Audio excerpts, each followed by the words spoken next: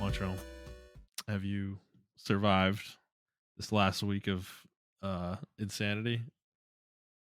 It's not gonna be over soon, anytime soon. This is only the fourth month in a 4 year Uh, long yeah, journey. You know, 100 days, uh, dude. I don't even think we're at 100 days yet. Are we? I think we are.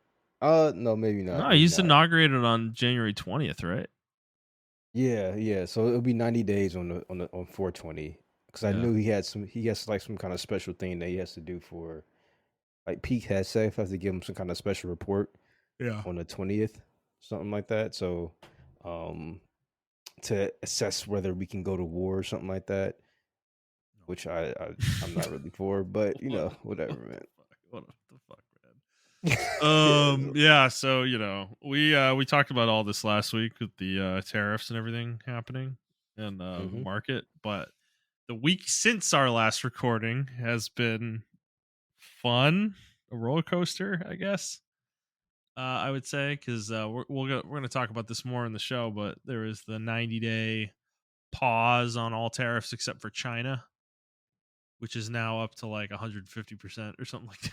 Something Yeah, insane like that. they said it's 140%, but I'm not Oh too my sure. god. I mean, because to be fair, obviously having a tariff on every country in the world is worse, but China is like one of the biggest exporters on the planet to everybody, you know?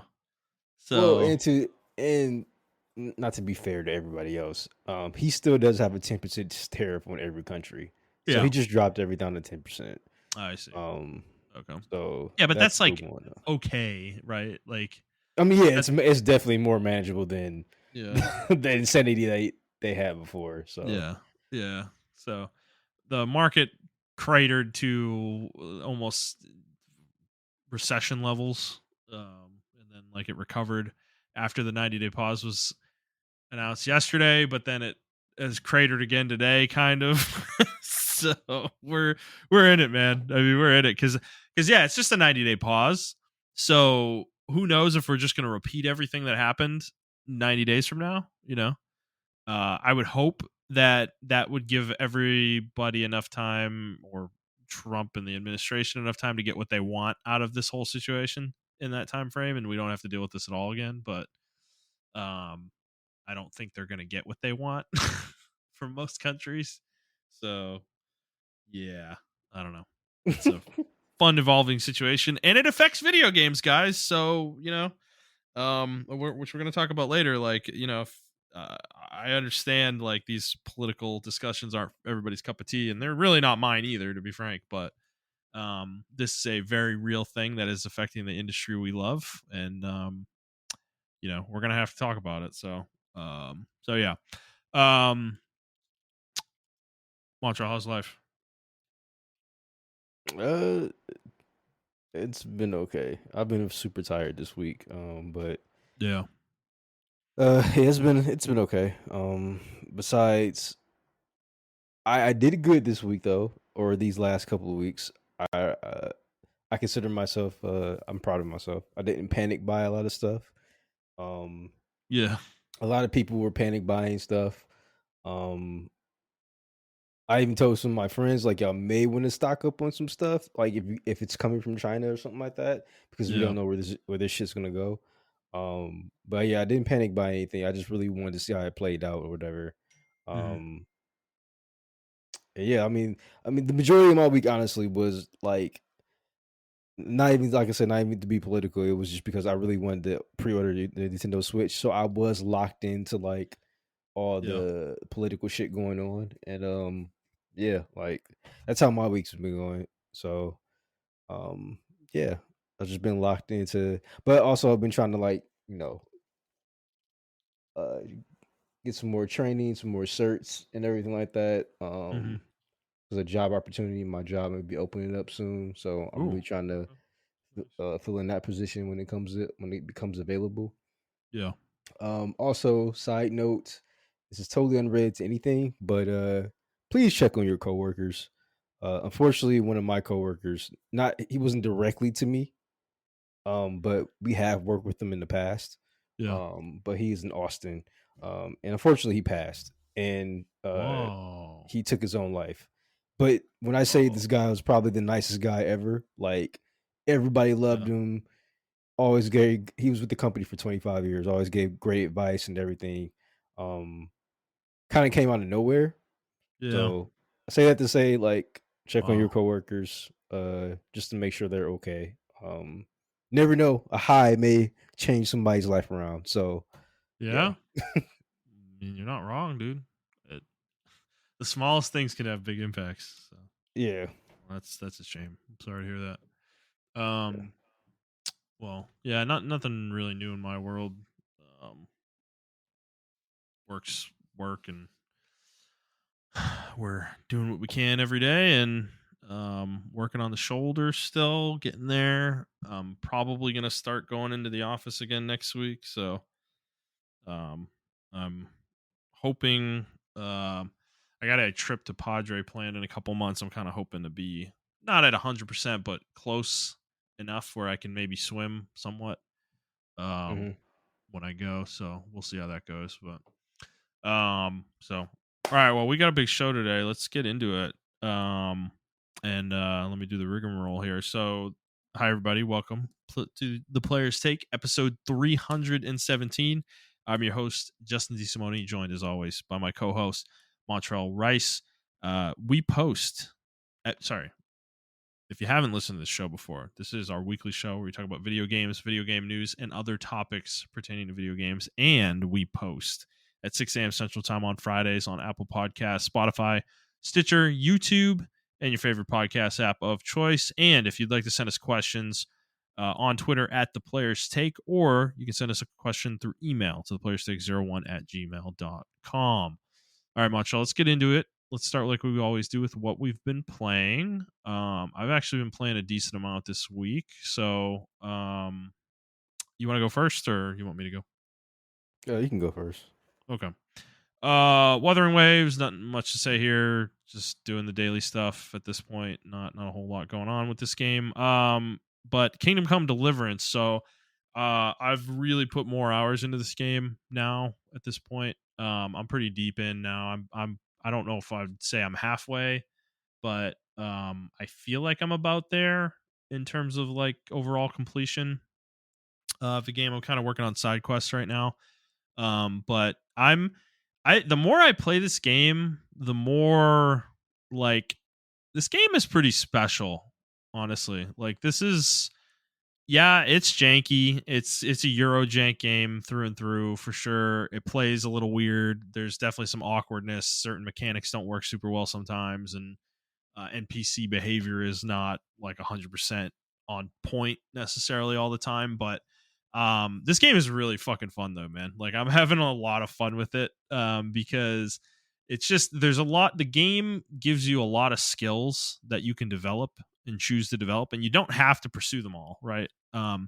I will say though, the game puts a lot of objectives in front of you, whether that's through the main story or through side quests, that kind of force you to use your skills, these skills that I'm talking about. So basically, like you'll have these you have a bunch of skills, right? You have your main skills, like your primary stats. Then you have your like kind of combat stats, like swords, and one called warfare for just like general fighting, and defense for like using a shield and shit.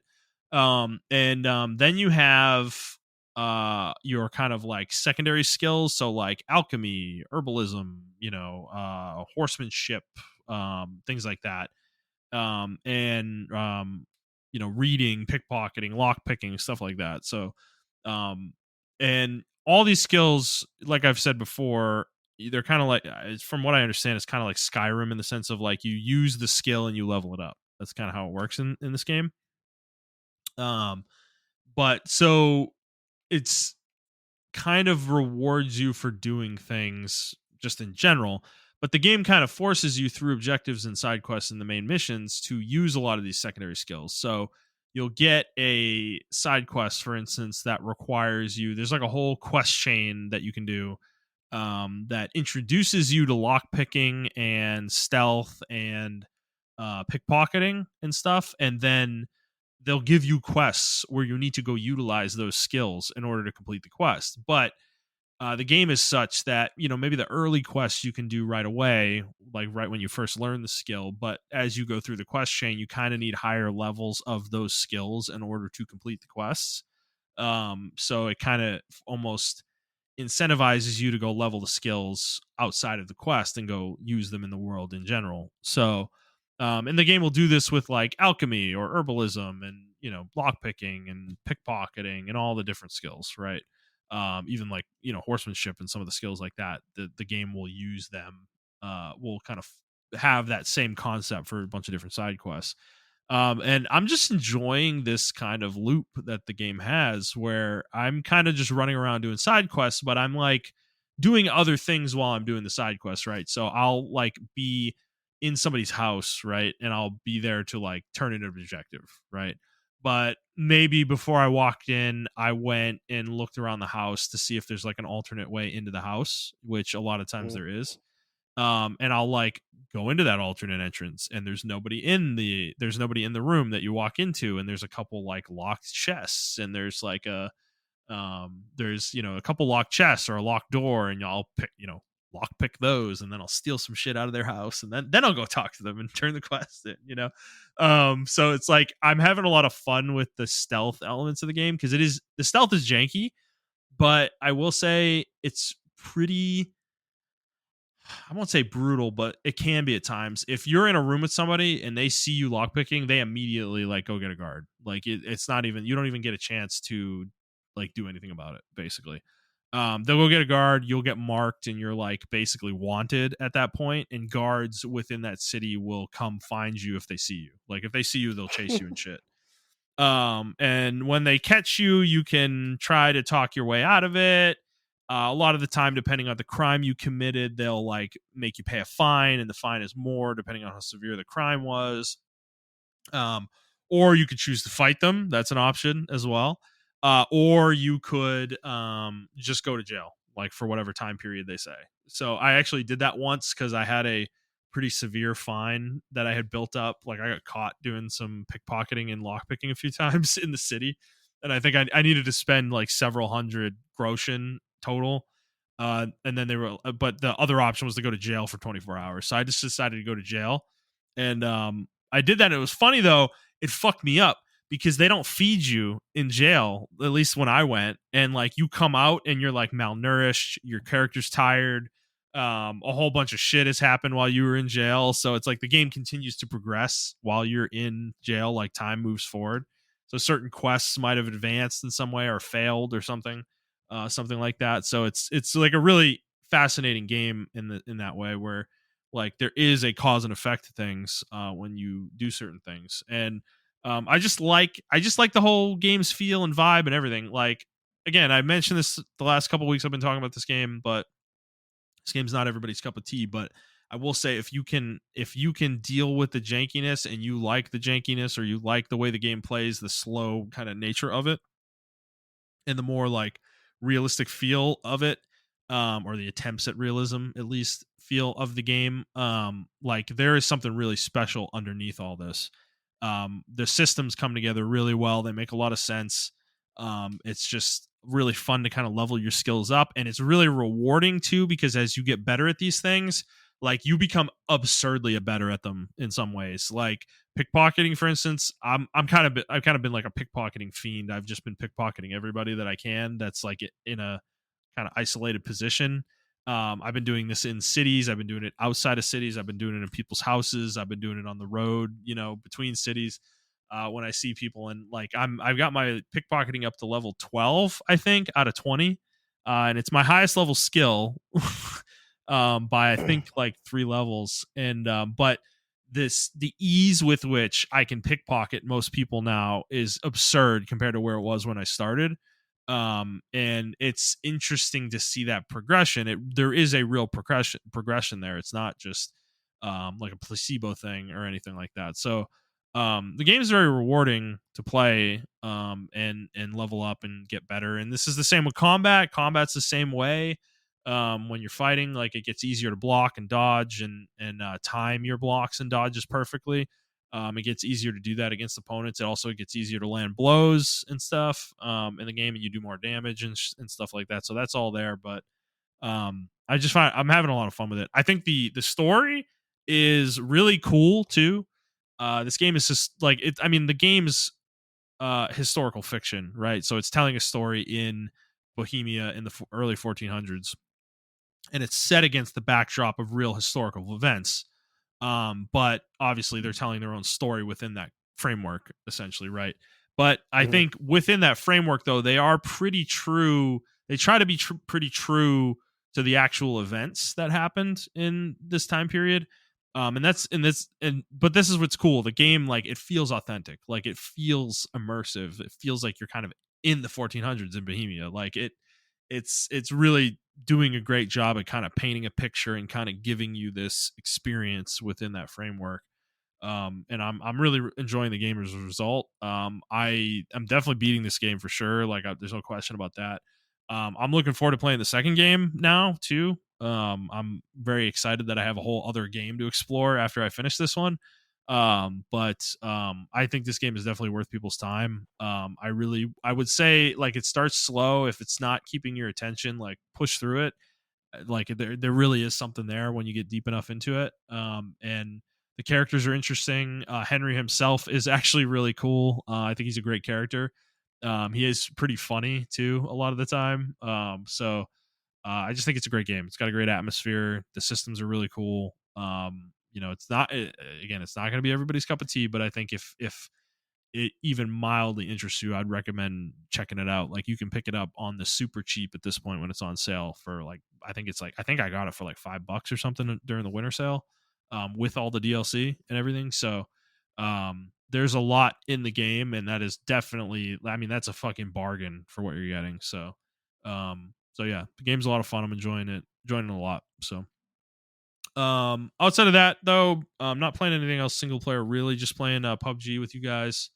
Still having fun with this. Another week has passed. I will ask again, Montreal, are we still good with PUBG, or is there's some issues popping in? Uh, the last couple of days have not been too fun. I mean, it's been fun, but it's just really frustrating moments that ruin the whole experience. Yeah, yeah, yeah. Like yesterday, Yesterday in particular. I shot Jet Yeah, by mistake. Um, because I saw the team moving up on me, and then I didn't look at my map. Because usually when I hear footsteps, I look at the map to make sure if it's not one of y'all, then it's them. yeah, That time I didn't, and yeah, I made a mistake and killed him or yeah, knocked him, and then I got him up, and then we got knocked by a grenade. But yesterday it was a really weird day. Um, there were two instances for sure. Well, one instance for sure that the entire team was hacking. Like, I know we say yeah, that a lot, but like that yeah. entire team was like legitimately hacking.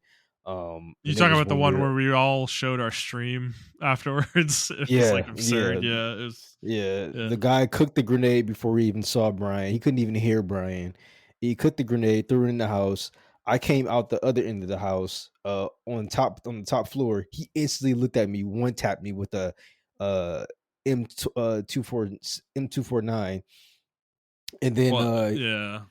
Well, he then he I think saw he me, yeah, he or two tapped you. he didn't see me. He was looting Brian, and then he literally started ADSing the window I was about to look through the second I did it. Like, it was like Yeah, he knew I was coming, and he knew exactly when to look. You know.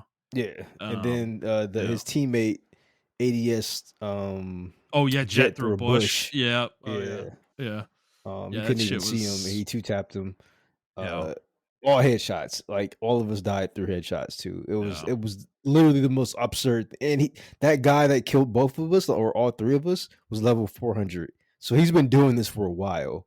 Yeah. Um, and he just hasn't got caught. So, um, I don't know. It was kind of crazy, but it is what it is, I guess. I don't know if it's like there's a sound meta. I even started looking at stuff like how they enhance sound in PUBG and everything like that. And I was like, before I even got too far down the rabbit hole, I kind of stopped myself. I'm like, no, I'm about to do this, or whatever. Yeah, I'm But not sure I yeah, want to. I'm not sure I want to jump in, join it if there is some kind of yeah, sound meta. Like I feel like it's gonna ruin the game. Like I yeah, already think sound in PUBG is too much in game. Like I think you hear too much. And from too far away. And I don't think I want to make that worse by like enhancing my what I can hear. It's like yeah. I don't know. But it just seems like everybody knows exactly where we're at. Even if we don't know, Yeah, like we'll know. Like for instance, the very last game, um, when the other team landed, they knew exactly where we were at. Like it was crazy. Like I don't know. Like they just knew exactly. Maybe because I was outside, but I was outside checking the buildings that we marked that we're in, and they were in those buildings. I couldn't see them though. And yeah, then yeah, they just start picking us off, and I'm like, how do they? It's almost like every exact time there can be 20 teams fighting each other, and every team knows exactly where we're at in that mm, one particular instance. It's kind of crazy. So, like I yeah, said, I don't know if it's just like we're moving wrong or whatever, but it is what it is. yeah. Yeah, and then we played League on Tuesday because PUBG was down all night, and I had fun. I don't know. Jet was getting Yeah, mad, I but I I was had having a fun. good time. Yeah, I was having a good time. I don't I don't know. yeah. Jet usually doesn't get that mad, but he was like super Yeah, mad he was getting that really day. angry. Yeah, yeah, I was like, man, just because we were playing Swift play, and I'm like, I think that me personally, I thought the mode was like it was better for Brian to just get into, and he can still play the game without falling super hard yeah, behind in norms. yeah, So I was like, yeah, just play Swift play or whatever. But Jet did not like. I think it was because it was Swift play. I think that's why he didn't like it, and I was just like, yeah. it's a mode designed for fun. Like we're not gonna, I don't even you remember what he know. was mad about. Like, Well, he was like he was mad about the catch up like XP, and he's like, well, if they snowball us, then we just snowball. They just oh snowball really yeah, hard, yeah. and I Which was I like, mean, yeah, sure. It's the nature of the mode, I guess. But like, we're walking into that eyes wide open, right? Like, and I, I I mean, mean, the game was over in 20 minutes. Like that last game we played where he yeah, was and really that's mad, my it was thing. If over they in 20. snow, if they snowball like that, yeah, it's gonna be quick, right? That's So the whole point of the game, though. That's the whole yeah, point of the mode. right, So right. Yeah, I it's just like wanted Brian to because if get a they lot of games under his belt so he can just like get the feel of the game get the and like Swift mechanics play. down, Yeah. yeah, And Swift play also is not as punishing. So if he misses his last hit, he still gets 9 gold off the minion yeah, near him. You see what I'm right, saying? So right, yeah. that's why I like that mode for him. And I Also, gift his him champion Mel. can't get banned either, right? Yeah, So exactly. Yeah. yeah, So I gift him Mel because I think Mel, like I said, is super easy to learn. yeah, Um and he can just learn how to play her and then, yeah, take her into norms or whatever. Because she's just not getting banned anymore. So he can even take yeah, her into norms and stuff like that. yeah. But yeah, I don't know. I was having fun, but yeah, he was super frustrated that day. So No, I mean I that normally game, don't that particular game though, if that had happened in norms, it would have just been a 40-minute version of the same thing, exactly. That's why I was So like, I wasn't I too don't, mad. It yeah, was ending in 20 minutes. I'm like, it's gonna be over anyway. We can just, if I didn't have to go go to bed, next. I would have played another game. Yeah, right, right. So I'm down to play that more with Brian in particular, and actually that might be a really good mode to learn new roles with. Actually, Yeah, because like you said, you're kind of just pounding games out really fast. You're not like necessarily, yeah, you're not learning the exact timings of everything per se, especially if you're playing like jungle or something. But at the same time, it's like you're just trying to get the mechanics of your champion down, though, right? yeah, Like exactly. so, I don't necessarily have a huge issue. So yeah, I'm down to play it some more. If Jet's not gonna play, then maybe I will play some jungle, like fuck around with that a little bit, play like Diana or Shaco or something, and just see how that Okay. goes. Um, because I love bot. I like playing bottom. I like playing Jin and Varus and Ez sometimes, but I do I am a variety player though. I want to try other things as well still. So I'm like I don't want to just get locked into that forever. Um, but when we're playing ranked, I'm gonna play bottom and I'm gonna play those characters 100%. But I don't want to do that in norms all the time necessarily. Um, so yeah, I don't know. I'm down to play it some more, but I don't know. Maybe we need a little break from PUBG. and League might be the right place to go for a little bit. But yeah, I enjoyed myself. So, um, yeah. What about you? What else are you playing besides those? I haven't played WoW. Oh, actually, I did play WoWs a little bit. Me and Sunday? Jet played WoWs. Yeah, Sunday. We played it on Sunday with Andy. We played either Saturday or Sunday with Andy. Yeah, And it was okay. I still don't think it's enough content for me right now, so I'm probably gonna wait. I'm probably gonna jump back in at the end of the month. When the temperate Raid gets dropped, and I think they're dropping the temperate version of Mitsusune. Mitsusune is like super easy, at least for yeah. me. She was super I mean, easy. it's not a high tier So monster. It never was. yeah, Like exactly. Yes. that's why them adding it after the game is out. It's great. I like the monster variety, but it's like it's one of these things like where like you guys are all fully mega geared. A regular high rank Mizusune is probably like a 6-star monster, 7-star maybe.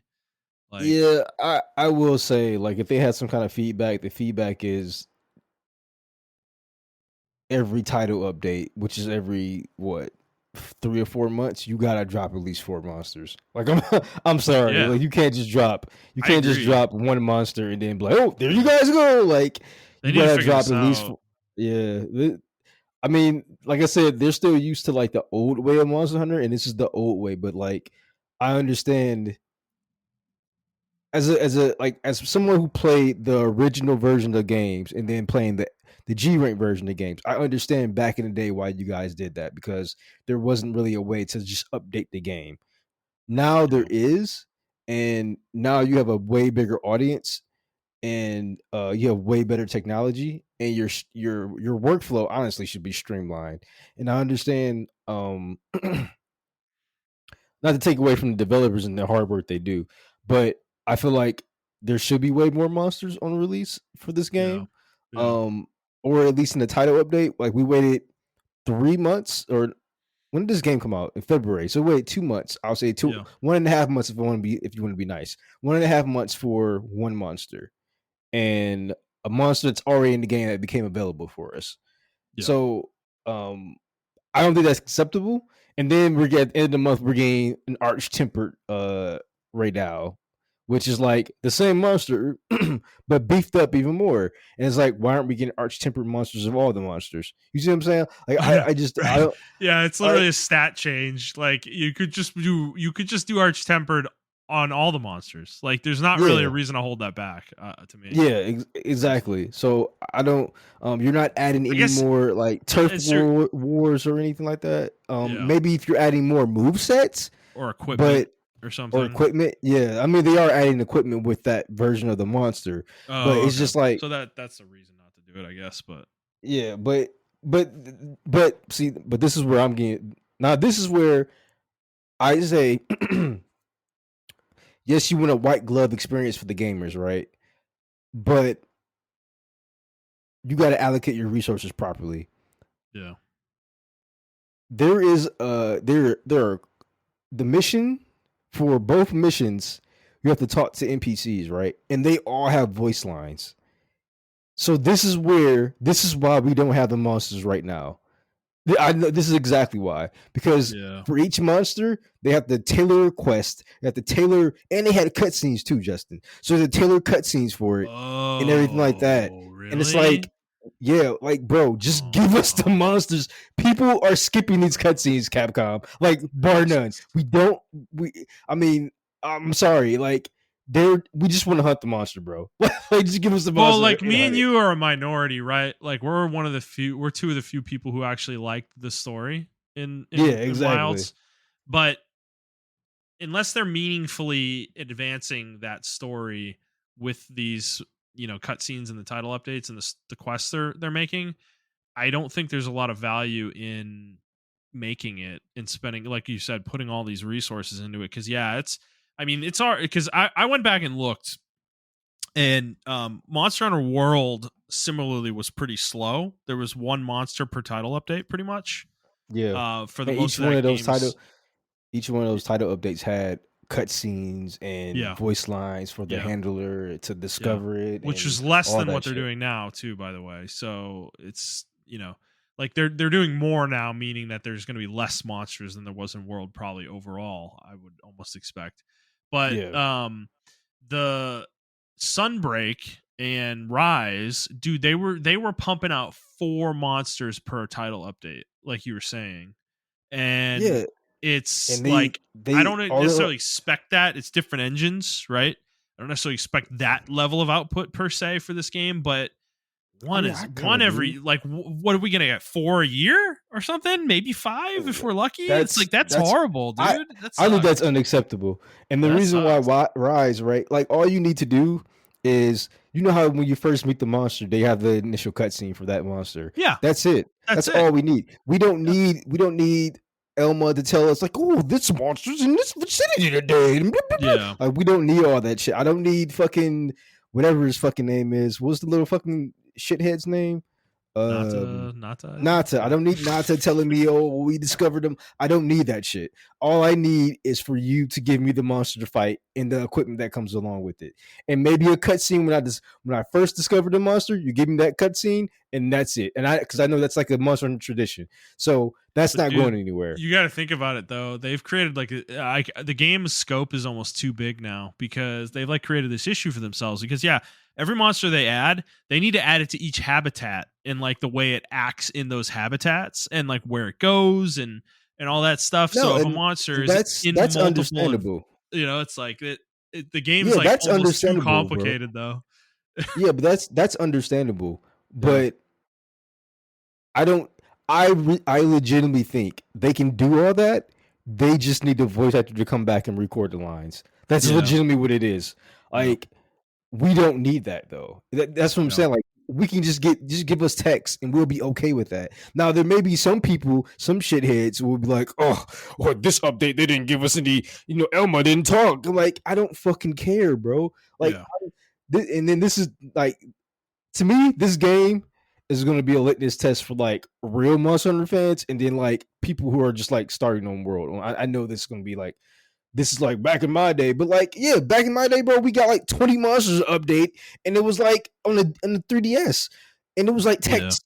It was text when you get the monster, and you're like, oh my god, what is this monster? yeah, And then you get the little cutscene, then you play it. Like that's all I need. I don't need Elma to tell me, the guild authorizes you to hunt it. I understand you're trying to make that a fucking thing, and it's a yeah, cool thing, but yeah, save yeah, all that shit for G rank. And now I'm yeah, scared for G rank now. I feel like we're gonna get even less monsters for G rank because yeah, like you're gonna be yeah, doing all that shit, Like yeah. I don't need that. I need you to like just give me the monster. And I think this is why I dropped the world. I think this is why both probably me and you dropped world when we got to the end game. We're just like, all right, I'm not gonna do all this shit. Like, I'm not about to play the arch tempered, super fucking arch tempered monster.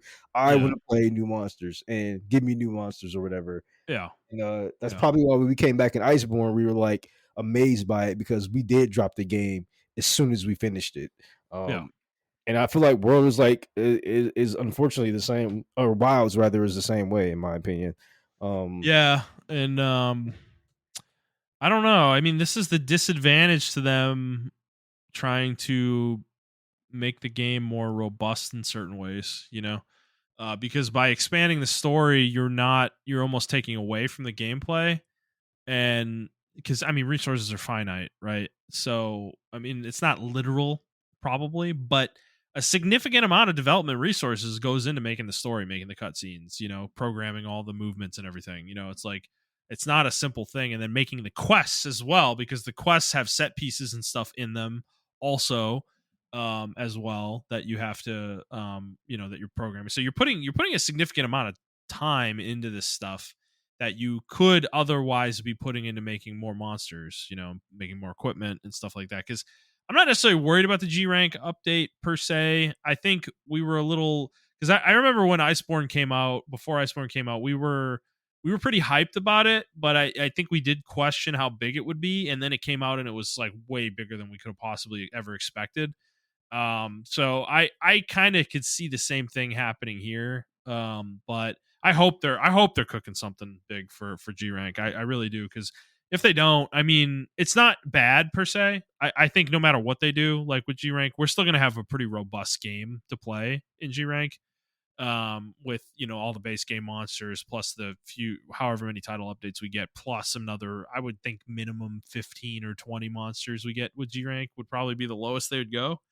Um, Even if we have that, I mean, we're talking like 50 to 60 monsters, which is a huge number Yeah, still to play I, through, but um yeah. yeah. I mean, you're right. I mean, to be fair to Capcom, or not fair, but they did turn out. So the initial release date for for World was January, the end of January, 2018, and then World came out. I'm just going by Japanese times, or I know they came out worldwide, but I'm still just going by the initial release Oh, date. okay. That is a Um, little early. I thought it was April, wasn't it? Or March uh, it's on for Wikipedia. It global. says it came out on the 26th of 2008. You're talking about World, right? Yeah, World. January 26th. Is that when it came out? Maybe I didn't play it till April. Maybe. That might be what I'm remembering. Yeah.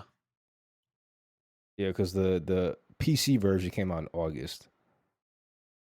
Okay. Yeah. When was Iceborne? And then Iceborne came out in September of 2019. So a year and a half later. Yeah. And Iceborne was So absolutely fucking massive. yes, exactly. So I mean, they can definitely churn out. They can definitely do something, which is probably why they're sugarcoating these monsters in, because they're working on whatever the G rank version of the game is. Yeah. Um, if it was up to me though, I would pull people from the other team to get G rank out faster. You see what I'm saying? And No, but then this is just why I'm so tired of this, right? Is like I I I I like I don't know. Again, I came into this with Ultimate, right? So I've mostly played G rank games for Monster Hunter. World and Rise were the first times where I played the base game, and I just don't think. I feel like they're selling us like 60% of a game, when they launch the base version of the game, and then they release the other 40% with G rank. Like that's what it feels like to me, at least. And I can never get that out of my head. In Wilds, while I don't think it's fair to say that for Wilds, like I do feel like Wilds is a full game. It's just not that robust though in its end game right now. There's not a whole lot to do. I was bored pretty fast when I finished the story. I think I'm like hunter rank 48 or something, and I'm like I don't like you guys were playing on Sunday, and I'm just like I don't want to play. I don't like what am I playing for?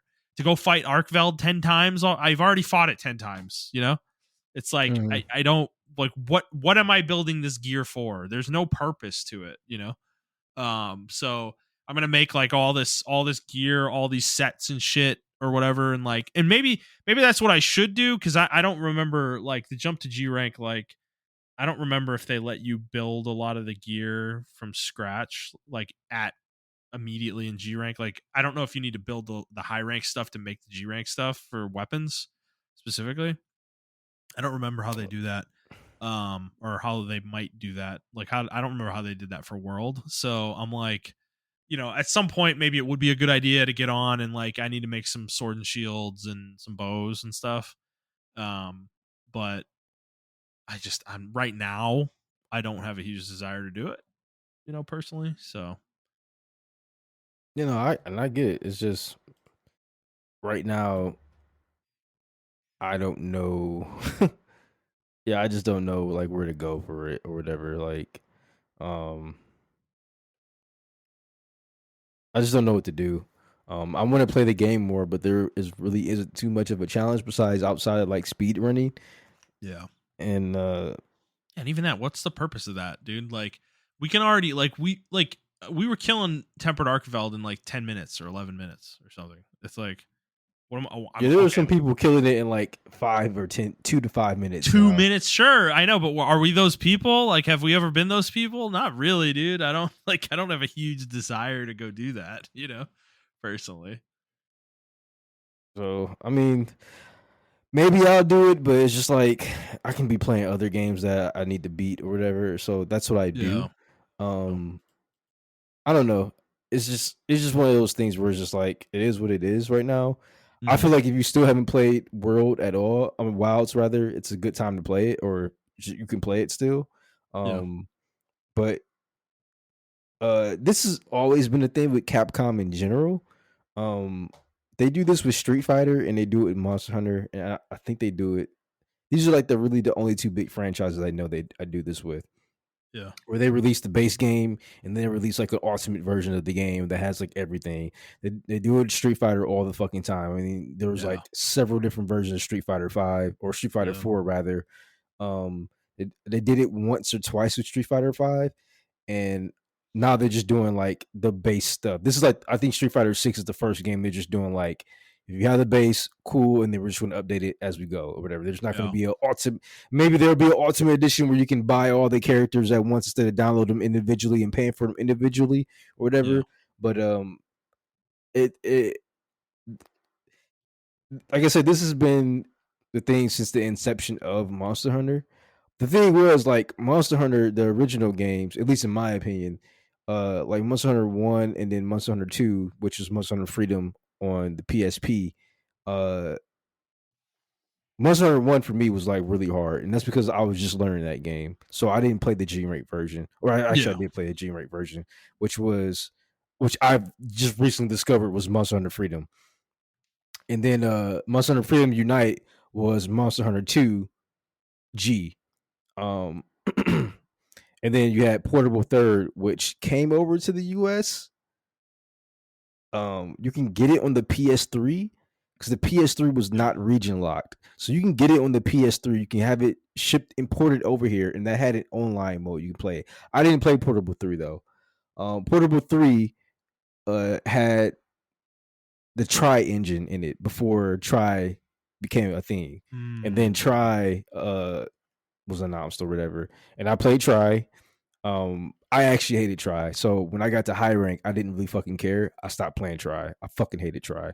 And then I got but then they announced Monster Hunter Ultimate Monster Hunter 3 Ultimate, and I got me a 3DS, or I had me a 3DS already.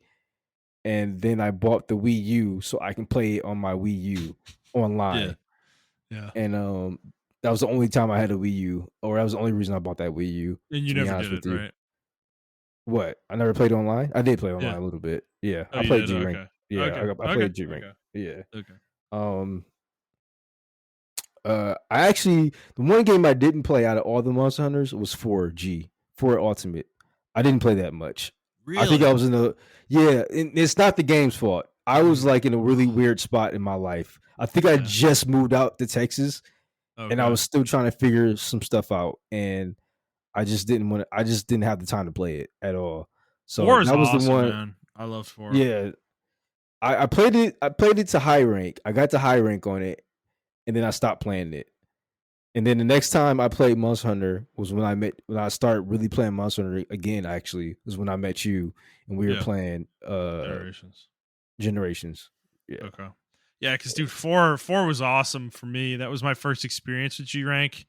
I didn't do a ton of it necessarily, but I remember like doing the story, and you had to fight like Kushala inside of the main one of the cities. Actually, like you literally fought it like inside of a fortress in the city. Hmm. And it was like this really sick fucking fight, dude. Like the music was badass and shit. I'm like it made me. I was so into Monster Hunter 4, like Ultimate. It was such a great experience. I have a real soft spot for that one actually.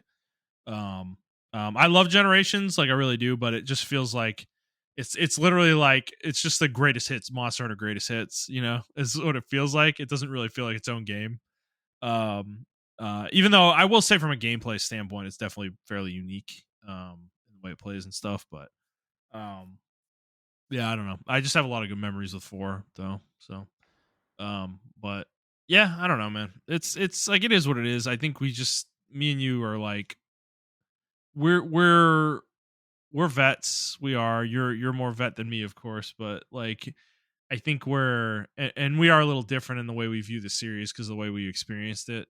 But I'm like I don't again I don't think Wilds is bad. That's not what we're saying, and it's not I think we're like too experienced with this series though. Like we blasted through Wilds in like a week, and like we were through the main story that fast, and we were pretty much geared up that fast, in Endgame and stuff. And I just don't feel like there's a whole lot to do. I think they've lessened the grind to such a degree that it's almost too fast. I don't think there's a whole lot of reason to just sit there and keep playing, and I would be surprised if people are putting in 1,000 hours into this game. Like I just don't see how you're doing that with this one personally. But I'm sure there are people who are who've put like a shitload of hours into it already. And more power to you if that's you. But I just don't really see like why there's not enough content there to make you need to play that much. Like unless you're trying to grind out an armor set for every weapon and make every weapon like, it's like, I mean, sure, you could make that a goal, but like it's just arbitrary. You're arbitrarily making a goal for yourself. It's not the game making you do anything. So that's the thing. I think they streamlined the actual grind of like getting gear and upgrading weapons. It's become too easy. Like you only need to hunt monsters like once, maybe twice to make their weapons. And then like same with the armor set, you might have to hunt it a couple times to make the armor set. And that is a far cry from what it used to be. And I'm not sitting here saying it should take 10 hours to make an armor set. That's not what I want for the game or the series, but one 10-minute hunt to make a weapon like is not really like the pendulum has swung too far the other way where it's too easy now. Like it's not easy, it just doesn't take enough time. And I think that might be part of the problem with the game too. So I don't know, just my thoughts, but maybe I G-Rank will agree. fix that.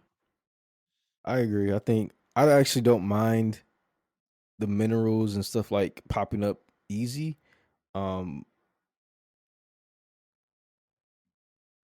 But just I don't know. I don't want a 5% drop rate on something, right? But I also don't want a 20% drop rate on a rare item. Like maybe Yeah. 5 to 10, Yeah. maybe 5 to 10, 15%, or 10 to 15% is fine for me. Because I don't like hunting like 20 billion monsters a day or whatever. But I guess that's like why you do it, so you can learn the monster because you're just hunting it so many fucking times. But Yeah. I will admit that was like super annoying in the older games. Yeah. So Yeah. Hunting a Diablos in Monster Hunter 4 Ultimate over 100 times for its gem, I'm not going to sit here and say that was fun. I do look back on it with fondness, because it's one of those things when you get that intimate, you end up having to get intimate with a game when it is that brutal, where like the drop rates are that brutal. Like that was happening to me with Turtle WoW when the pants wouldn't drop from Stratholme for me. It was like I was so deep in the mines that I wasn't coming out until I got them, bro. And it's like that is a type of experience that is hard to explain. Like I do enjoy that.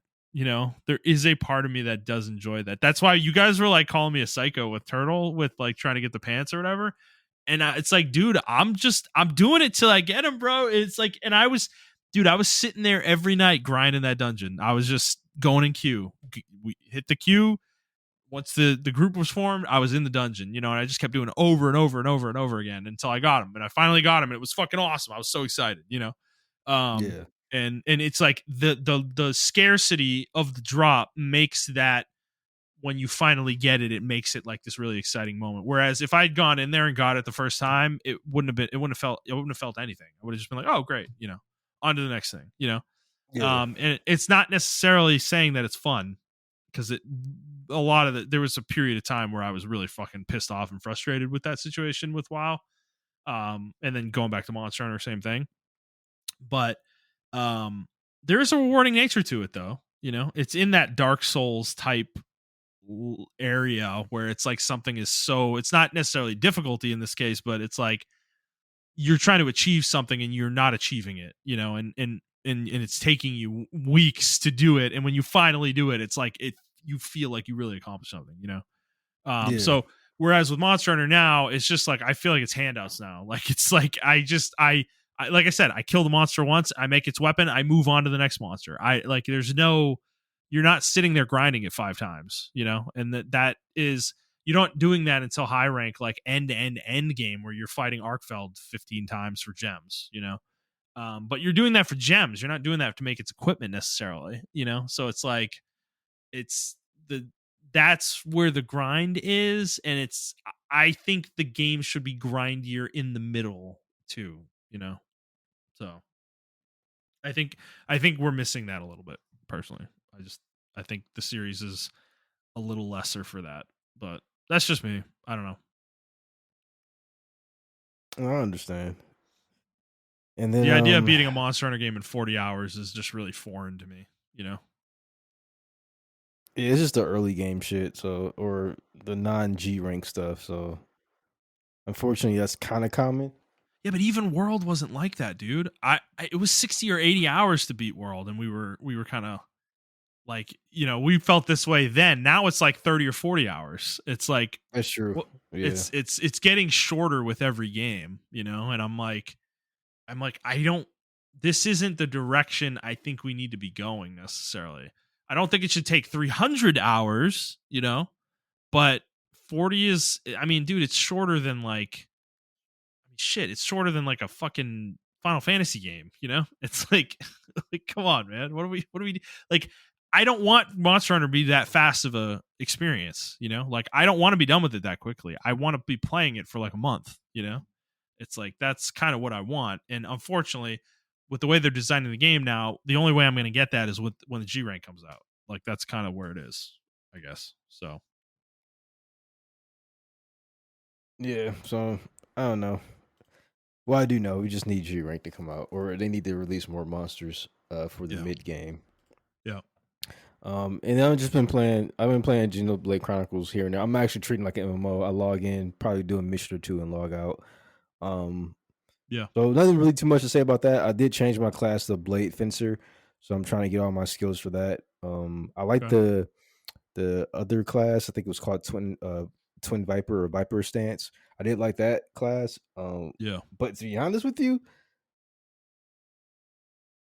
I'm just gonna play Emma or Alma or Emma, yeah, Emma if I want to play that stance because her moveset is way better than the character than X's stance or moveset in that stance.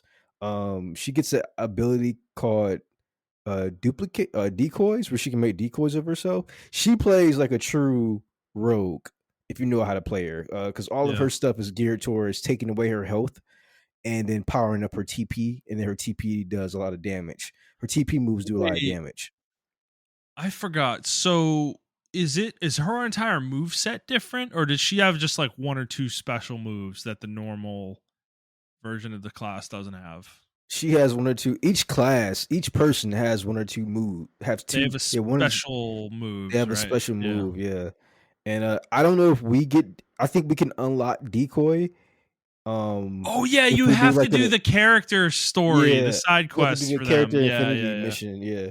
Yeah. But for her, when I was like looking at her stuff, like the way the NPCs play her are kind of bad. But the way if a player was controlling her, uh, they can really take advantage of her low XP because then she gets a move where she gets a lot of damage. She's a huge damage boost if she's like 1 HP or something like that. So Yeah. she has a lot of moves where it takes away. Even your class has this, where you have a lot of moves that takes away your XP, or I'm sorry, your HP rather, and then it gives you access to TP, and then you can use your TP moves and stuff like that. And if you use potential gems, which boosts your TP attacks, then you can do insane amount of damage. And then if you do too much damage, you also have invasion moves and low detection moves that like take the detection off of you. So that class is a true rogue class. Like this game was meant to be. I feel like they made this game an MMO and then cut it at the last minute and was like, oh, we're just gonna make a story out of it or whatever. Yeah. This game is meant to be played as a true MMO, in my opinion. So I'm playing like the Blade Fencer class, which is like almost like a spellcaster, like magic sword class that you get one Yeah. saber and you get these two little drones that float above you and do they shoot automatically and then they can turn to like giant lasers and shoot giant lasers out of them and stuff like that. And then you have Yeah. like a laser saber or whatever. I really like that class and everything. I unlock my skills. The level 20 scales suck, so I'm trying to hurry up and get to level 30 so I can get to the level 30 scales. Um, and then really explore and everything of that nature. Um, but yeah, I'm just taking it like one mission at a time. I'm not putting this game on the back burner, but I do want to play other games. I downloaded South of Midnight and everything of that nature, so I'm going to be playing that today. Uh, once we get Okay. off the pod and everything. So I'm gonna be playing that. I actually do want to play Assassin's Creed. Uh, so I'm gonna buy that probably next week and buy that game and play it. I'm not gonna do like 100%. I'm just gonna do the main story, because you know how Assassin's Creed games are. They're like, Oh yeah. oh, Yeah. you want to explore the entire country of Japan? It's like, no, bro. It's And it's really how big it is in real life. exactly, yeah. It's gonna take you 4 hours to get from Nagasaki to fucking Tokyo, brother. Yeah, bro. Like, Yeah, they're fucking psychotic, man. I mean, yeah, I have to hit. I gotta give it to Ubisoft though. There is a charm to the way they make games like that. Like it, like no one else does it like they do. I will yeah, say, I do appreciate them for that, but it's too much game for me. Personally. yeah, exactly. So yeah, it's just other games I really want to play. Um, and some other games are coming out this month. I think that I want to play as well. So I'm just trying to keep all my options open and everything. And Yeah. yeah, and I also want to go back to some games I haven't completed and just hurry up and complete those games and everything. So it's like I've been trying to just go through a whole bunch of games and just play them. I play it for like maybe 40 hours to see if I like it, and then I may like go to another game because I still have Dragon's Dogma 2 and have not played the game yet. So it's Oh like my I god. do want to go Yeah. back and play these games, and Never there's played a it, lot of or I games never are beat it. I played it for a few hours. Yeah, I never got okay. very far. Yeah, so now that I'm actually, so this is like the positive part of like Monster Hunter Wilds being short. I'm actually glad it is short. It don't because it Mhm. doesn't take up all my attention, Mhm. So Yeah. that's a positive of it. But yeah, Yeah. Well, I'm kind of so I'm playing Kingdom Come Deliverance, and I'm gonna beat that. I plan on going straight into 2 when I finish 1. I think cuz I'm just kind of engrossed in this game right now, but I think after that I'm not sure what I'm gonna go for after that. Like I want to play Atelier Yumiya. So that fuck, I might forgot about be that game too. God Yeah, damn that it. might be next. I still gotta play Xenoblade Chronicles X as well. I am curious about Civ 7. There is a part of me that wants to like fuck around with that game a little bit. I don't know if I will yet or not, but yeah, so there's some games I definitely want to play. But there's shit I bought last year during the winter sale though, after I got the pro. And to kind of like fill my library out a little bit. And I want to play some of those games. Like I got Scarlet Nexus. I got Liza P. And then I know we had talked about playing near like simultaneously and Mhm. having like a talk about it on the show every week or something like that. Um, so I like that's been in the back of my mind since we talked about it. It's still on my because it's still on my on my console. So I'm like, but I got to get through Kingdom Come. I think this game's too large and like fully engrossing. Like, there's just too much game.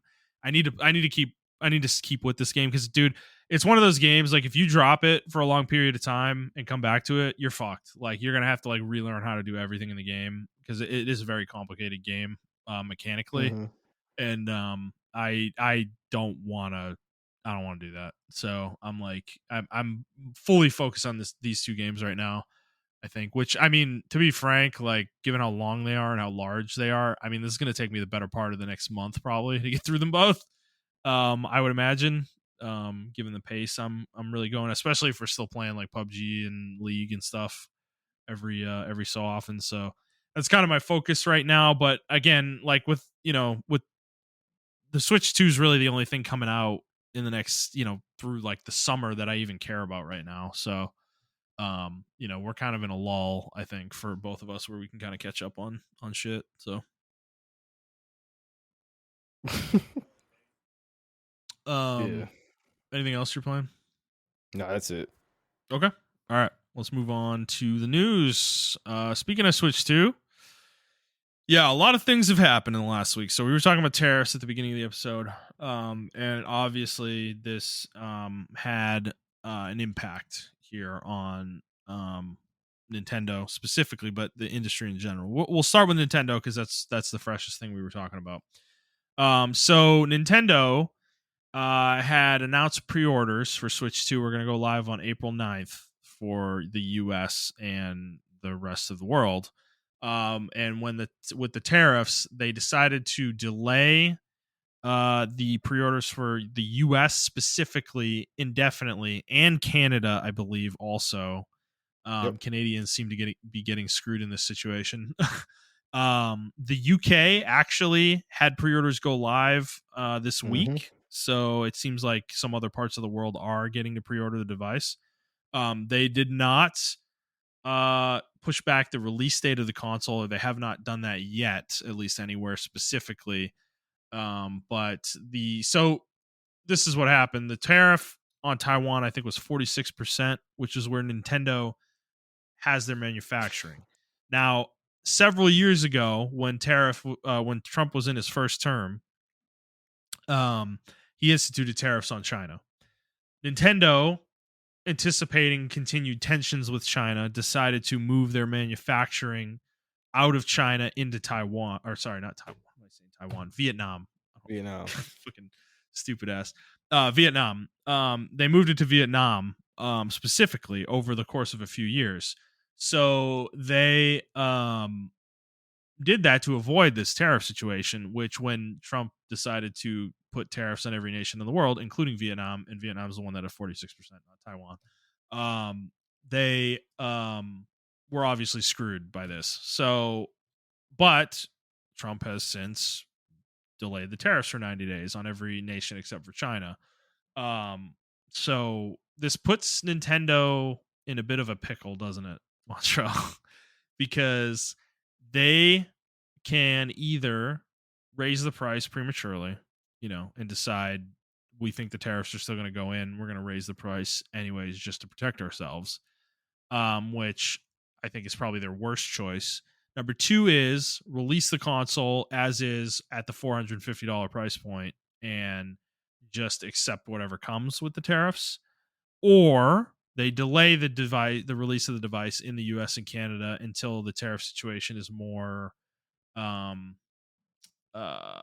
don't know, there's more illumination on what's going to happen with it. And that's their third option. Their fourth option is to release it at $450, and then if the tariffs get reinstituted on Vietnam, you raise the price at that point. So those are really their four options. I don't think any of them are really great for Nintendo. Nintendo's kind of in a rough spot. I don't know. Like, how do you feel? Like, what do you kind of think they should do, and what do you think they will do? I Given think the situation, they should just fucking drop the pre-orders and eat it, eat it. Yeah, man, just eat the cost. I mean, because they're making about from what I understand, they're making about $100 per console at this price.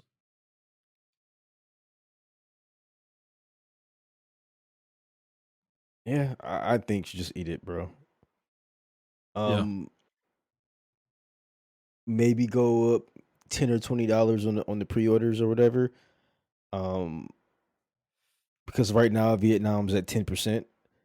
Yeah. So I say if it honestly, if it was up to me, I would just move up the date to release the console. We know that we have 90 days now. Yeah. I wouldn't play with it. I mean, yeah, I wouldn't play with it.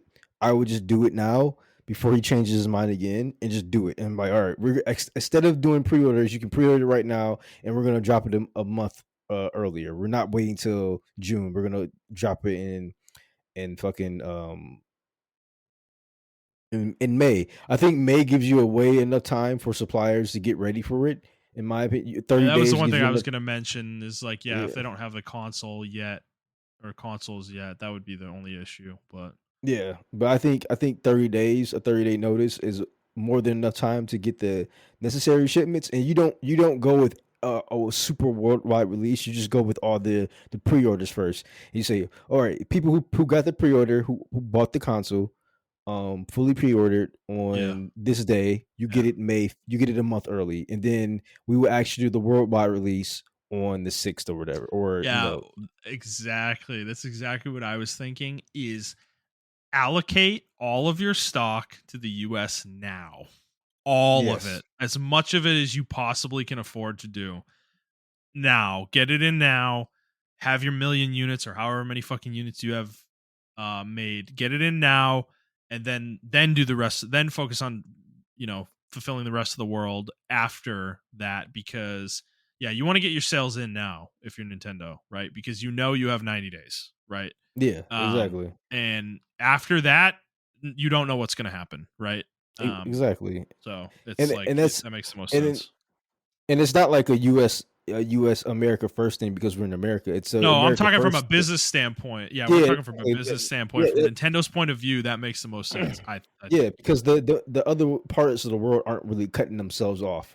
Like we're Mhm. isolating ourselves, like Mhm. trade wise. Yeah. So do what you can before we get cut off trade wise, and then get as many units in there as you can. I mean, I read a story about a small business who like were kind of anticipating the tariffs or whatever, so they took like $450,000 out of their own savings to buy supplies, like to overstock because they're like a small business Yeah. toy store, and they overstocked. And like the small business owners took out of their own savings to do that because they were anticipating the tariffs. And I think that's like one of the smartest moves someone's ever probably done in a situation like this. Now it could backfire on them, but Yeah.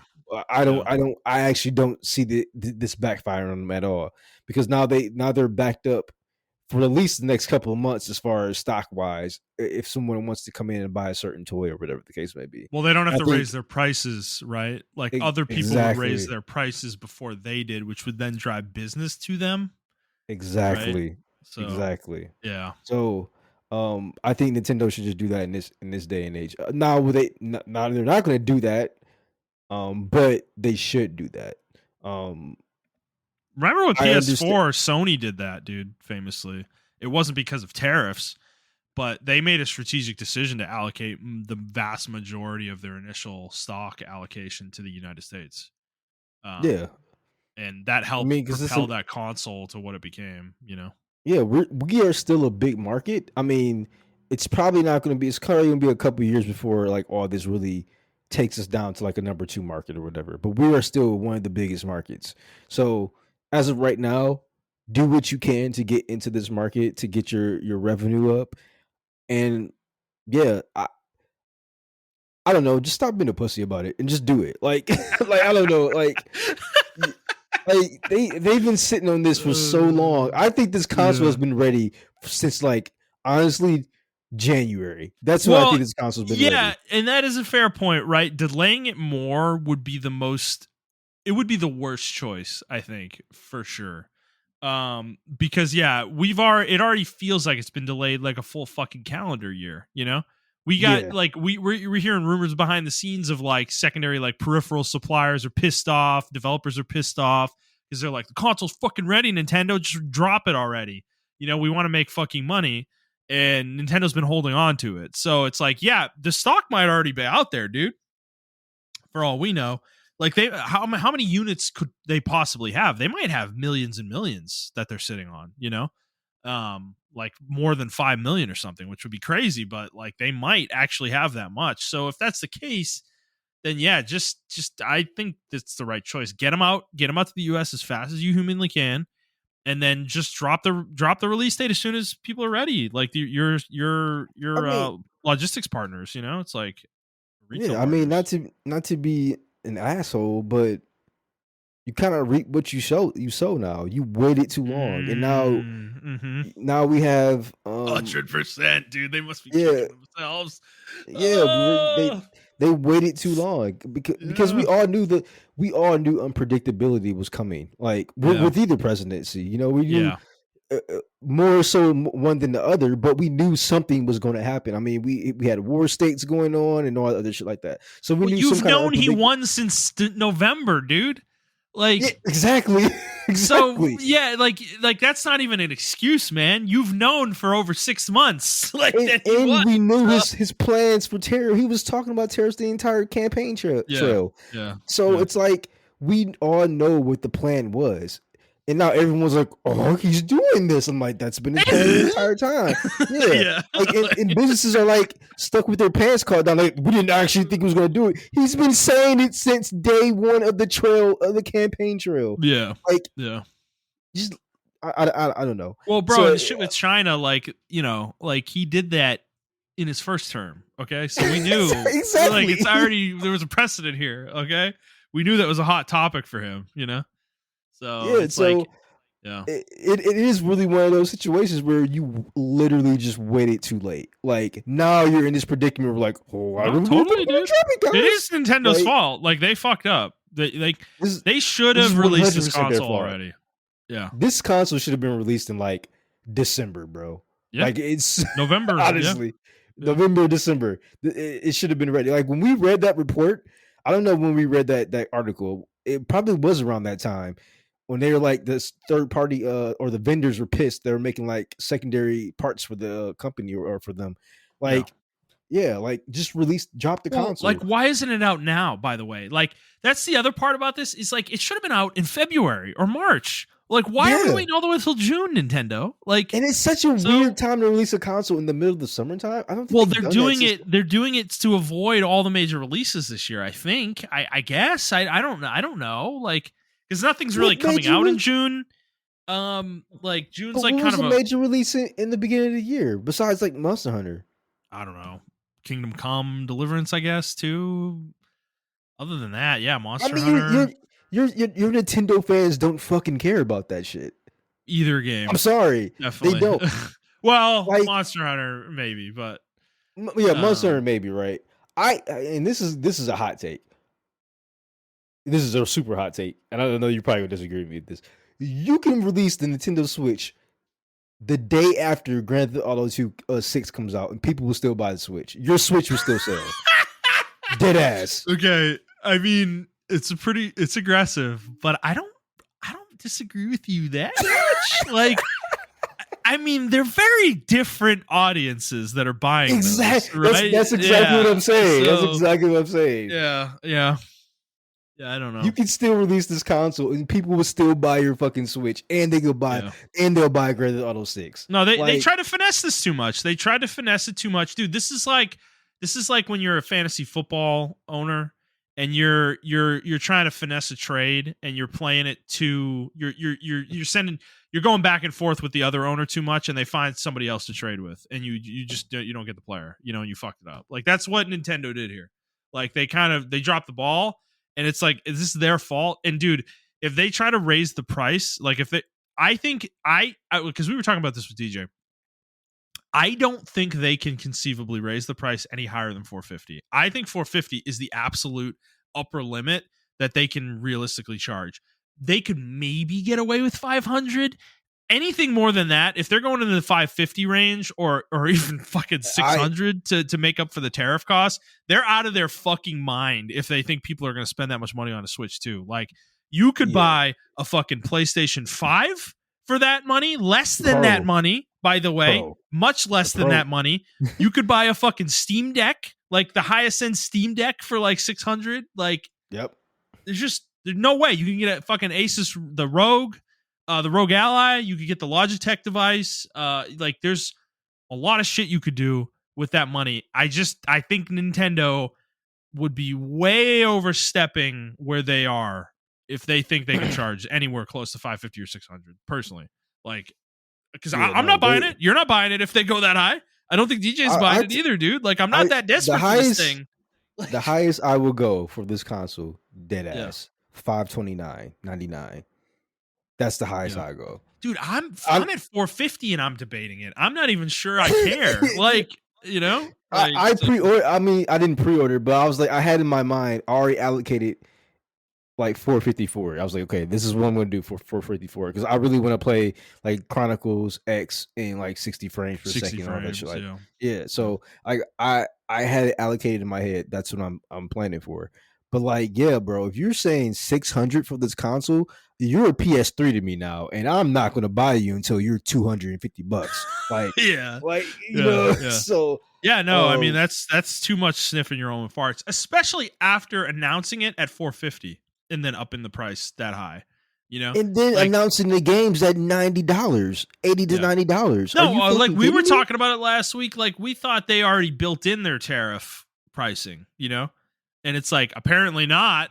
Like, okay, so this was just your inflationary adjustment pricing? Okay, Nintendo. Sure.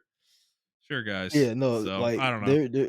they're definitely sniffing their own farts. I honestly, I mean, they say, "Oh, we're only making $100 per sale." Like, I don't, oh, you won't get your 50% bonus this year, brother. Like, Yeah. bro, Yeah. just sell that. You will still get paid. You will still get your however much money, Bowser, however much. See, I knew hiring somebody named Bowser for Nintendo was a bad idea, Yeah. but uh yeah, you'll still get your money. Like, I don't understand what Nintendo's doing. Like, this is Nintendo's problem, bro. Like, as finite as they need to be, they are a little bit too finite. Sometimes you just gotta let it go. You just gotta go out there with it. The PS5, they didn't stop for the pandemic. They're like, we released these PS5s, bro. We're getting them out here. We're about to Dude, do and they it. did it. They did a great job. I mean, And arguably that was probably the worst time. I mean, besides now, that was probably the worst time to release anything. yeah. You know what I'm And saying? So, they fucking did it though. And it was, dude, of all people, Jim Ryan, right? Like nobody likes him, right? But he was the one leading the company and they figured it out, dude. They got it. They got it. They managed the supply really well. Like it wasn't out of stock for 6 months, you know? Like yep. it was consistently getting restocked, you know, and it was hard to find one for a long time. It took a year or two for stock to be like, you know, consistently available. But they did it, you know, and it's like I feel like Then, Nintendo's like already dropped the ball, and we have the console's not even out yet, you know. yeah, once they released the PS5 Slims, it was definitely everything was out there now. So Yeah, it's like right. that, and that's what I'm saying with Nintendo. Nintendo's acting like they can't re-release this console like a different version of this console because we all know they're gonna do like the Switch 2 Plus or something like that. We Yeah, already with know the that. OLED, they're holding Yeah, back OLED for some revision or something. yeah. So you're gonna get a second wave of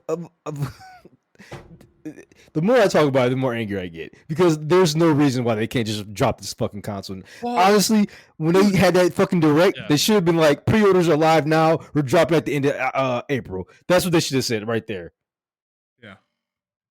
Well, also, it's like you make your money over time, right? If you're Nintendo, right? You're selling these. So if you struggle to sell, like if you're selling, if you don't have the supply now, right? When it comes in, it will be purchased immediately. It's like, so I don't really know. I don't know. I don't know what they're doing. They're I I don't know. I feel like it's funny. Like we were praising them last week, but I feel like they really botched this with this tariff thing. It's really funny to think about because yeah, they really tried to finesse the market too much, and they're paying the price. They're gonna pay the price now. Like they cost themselves a lot of money here. You know, if they just released the fucking console in November or something, we would not be here right now. So I don't know, Yeah, I but agree. Yeah. yeah, and if they try to pass this cost off to consumers, like I really think they're in for a rude awakening. Personally, um, I don't think their market, I don't think their audience is here for a $600 fucking console when the last one they had was 300. You know, like you're literally doubling the I price on them. You know, the way Nintendo drones are talking online, I 100% agree. This is the first time I agree with you. Yeah, I just don't see. There are going to be people who buy the game or who buy the console, yes. But it's gonna be like a Wii U situation or a PS3 situation, and I just don't think they're equipped for that right now. They can't have another one of those right now.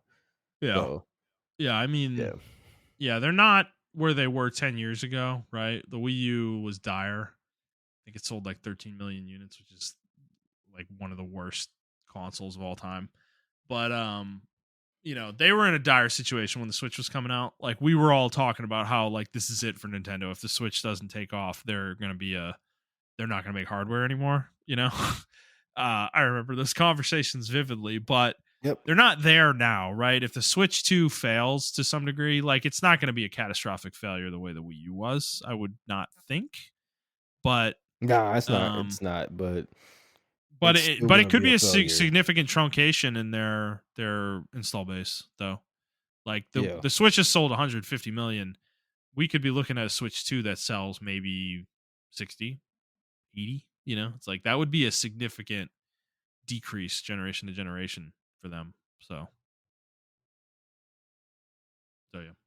All right, let's move on. We got more Nintendo stuff. Doug Bowser, you mentioned. And yeah, he's in the news for reasons he probably doesn't wish he was. So he was quoted in an interview with CBC. He was talking about people who can't afford the new price point for the Switch 2, the high price point, and he said, quote, as we look at Nintendo Switch 2 and you think about the feature sets that I talked about, we believe that the pricing is appropriate for the value of the machine and the gameplay experience overall. We recognize that there are some people that may not be able to afford the Switch 2's price point.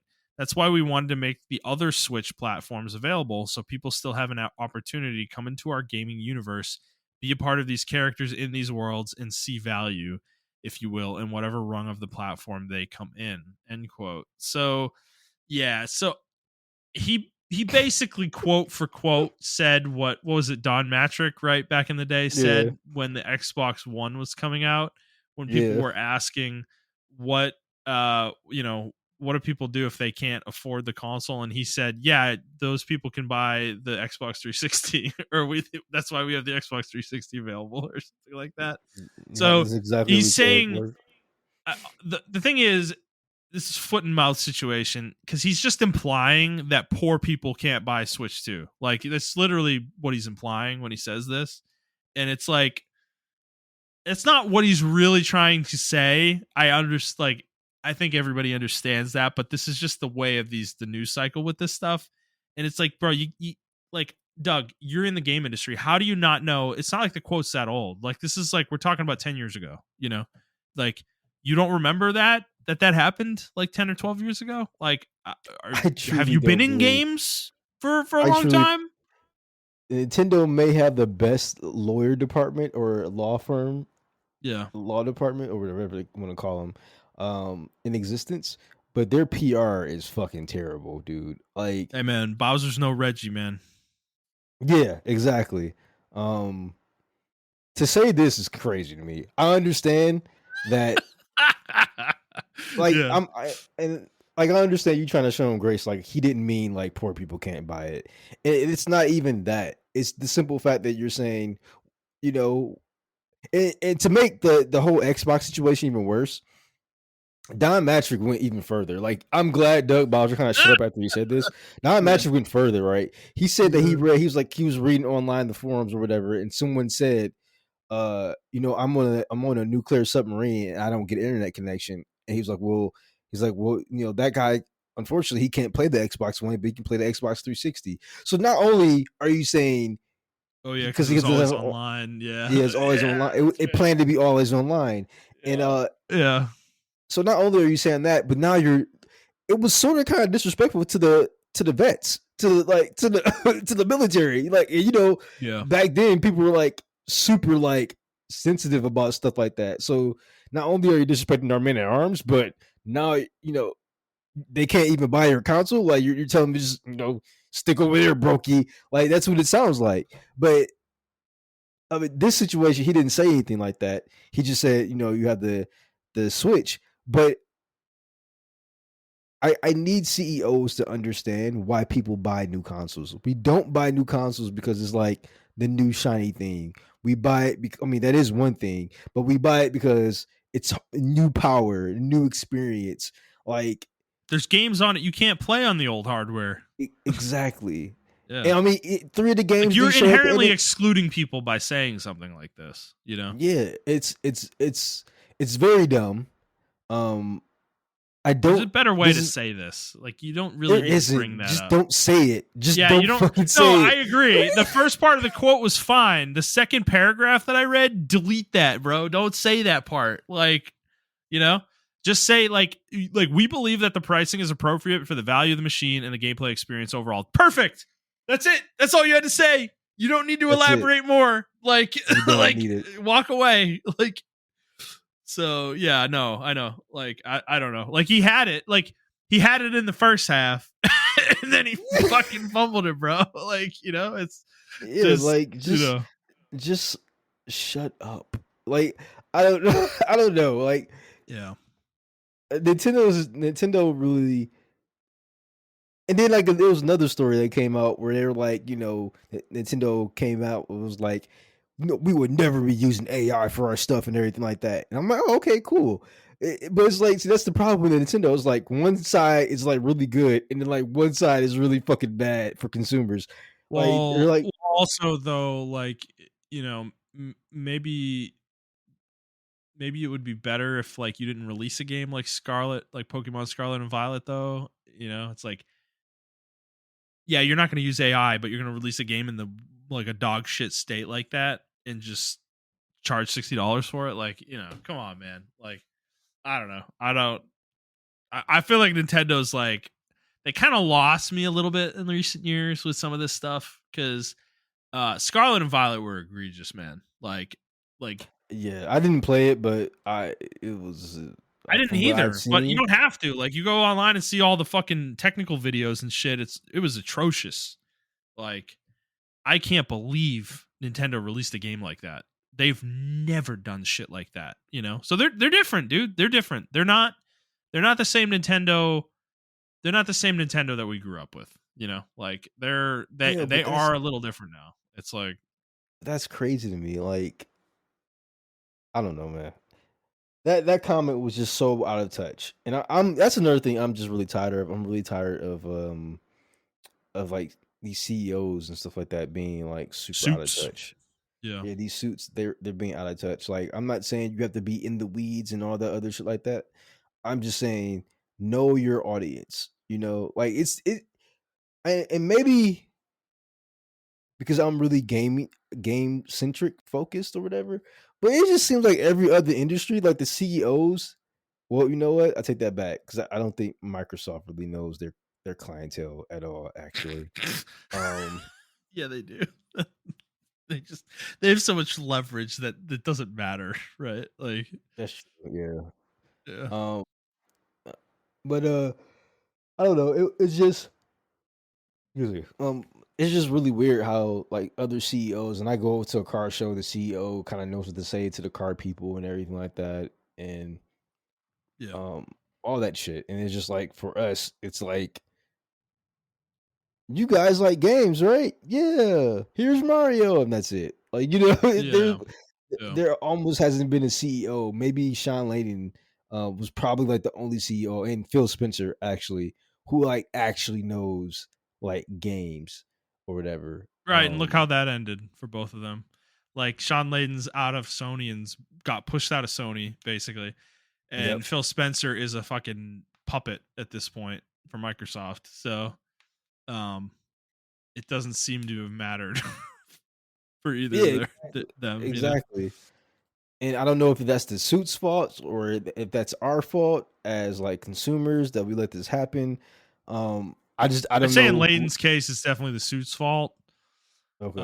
I'd say in Phil's, it's more lack of performance. It's taking him too long to make waves, you know, with his strategy. So Yeah.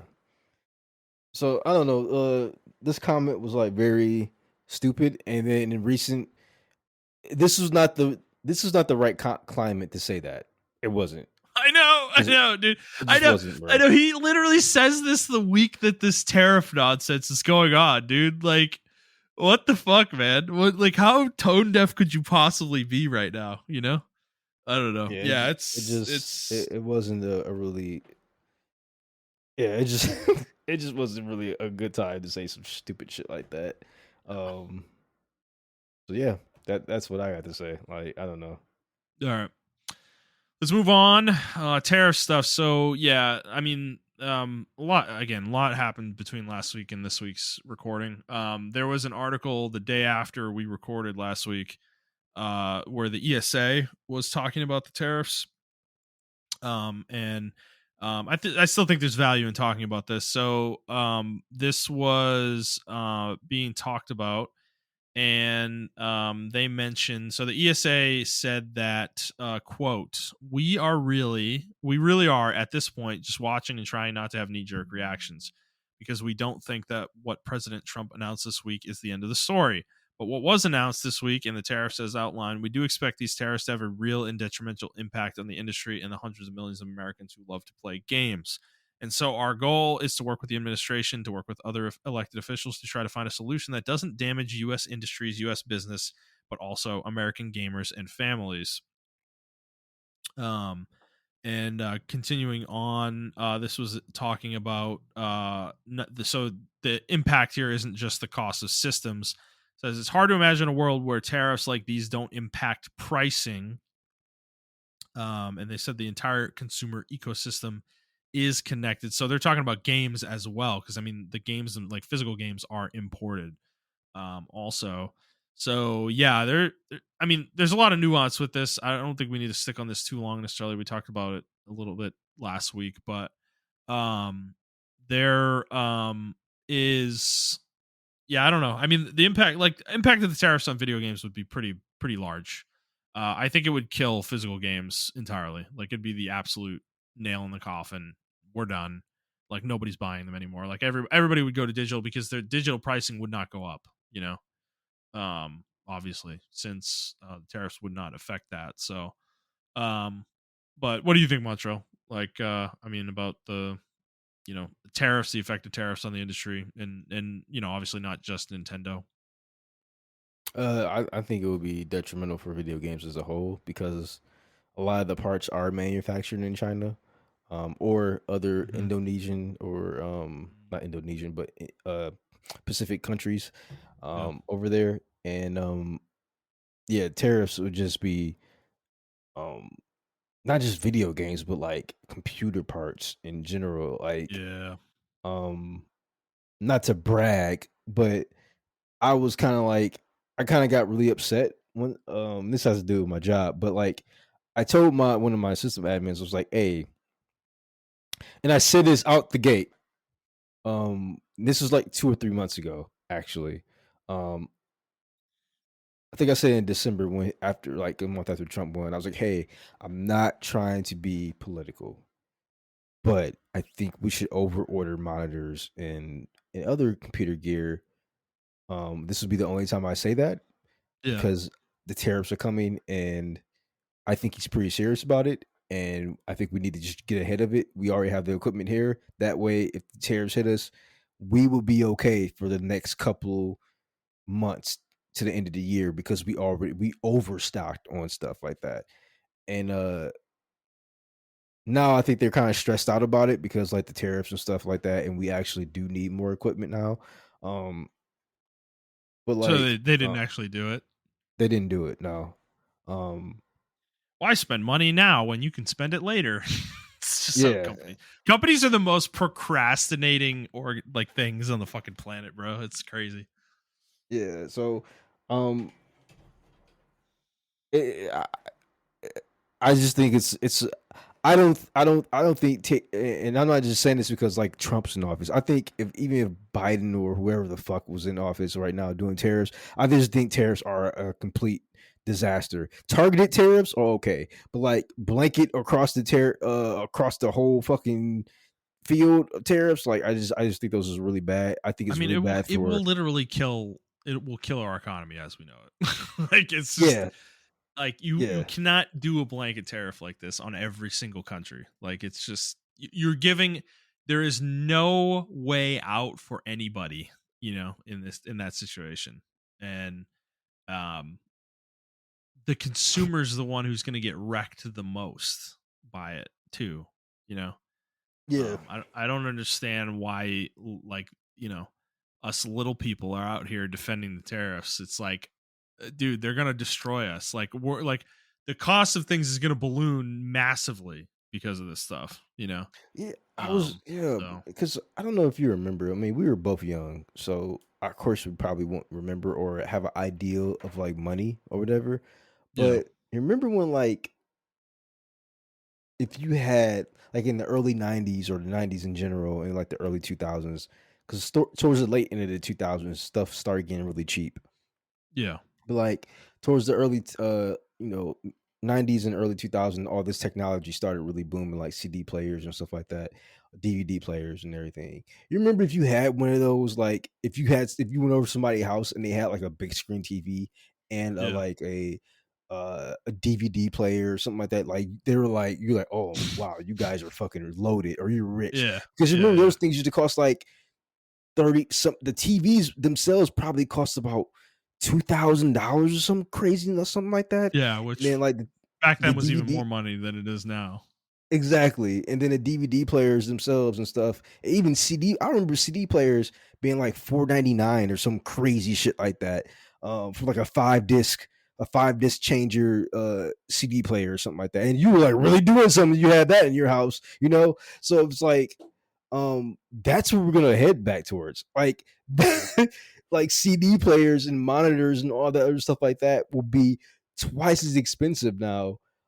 They've gotten really cheap. Like you can buy a nice flat screen 4K TV for $300, and you're like, oh, like you're living it up, Yeah, and stuff like that. But like those same TVs will be $600 or $700 now, or maybe not even that, maybe that much, yeah.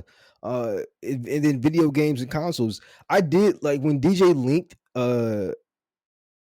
like the games and stuff like that. I do actually remember Nintendo 64 games being that fucking expensive, like yeah. $80 to $90 Oh and shit yeah, like that. yeah. That's why that's my whole point about like people complaining about game pricing going up. It's like, dude, like you probably weren't here, playing games or buying games in the 90s, but it was the Wild West, bro.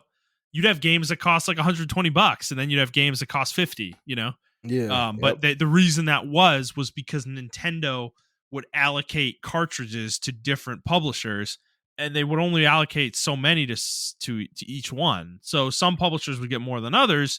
So they felt like they needed to make up the difference by charging more for their games. yeah, And obviously that was not an issue once CDs became and DVDs became like the way games were printed.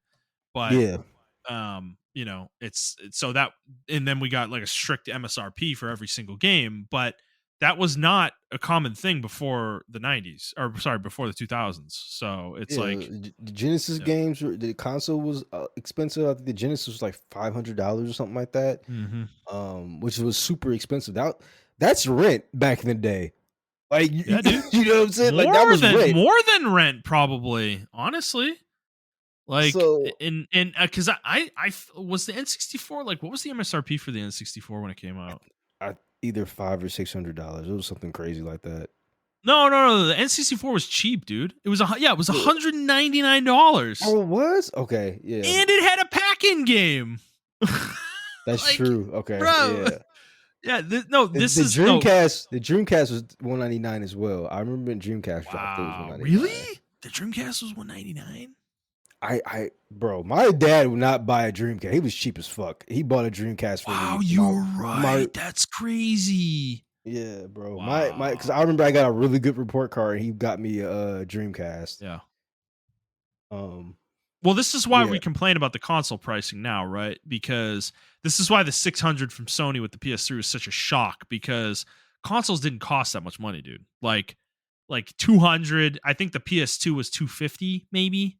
yeah. Um They didn't have game internal storage though, right? No, they didn't. So I mean that could be the thing why they're so expensive, and they're doing all this other shit now with the consoles and stuff like that. So I mean, to be fair, there are a lot more internal parts. I don't think it still should be $600, but Yeah. yeah, when the PS3 dropped, that was and that was like when the PS3 dropped, that was like the height of the recession, right? That was like right before the recession, right? No, the recession was 08, 8. I Yeah. believe. Yeah, so it was a couple years before. Well, didn't the Um, 2001 recession happen? well, so PS3 came out in 06, so it was kind of Yeah. between the It two. was between recessions. Okay. Yeah. Yeah. I don't know. But yeah, PS2 was 300 when it came out, 299. How much was the 360? Was it 450 or 400? I think it Or was was it cheaper? 400 Xbox Okay. release price. It was 399. Yep. Okay. And then Yeah. they had a cheaper version of the console for 299. Damn. Yeah. No wonder fucking PS3 got rocked in the beginning. Holy shit. Yeah.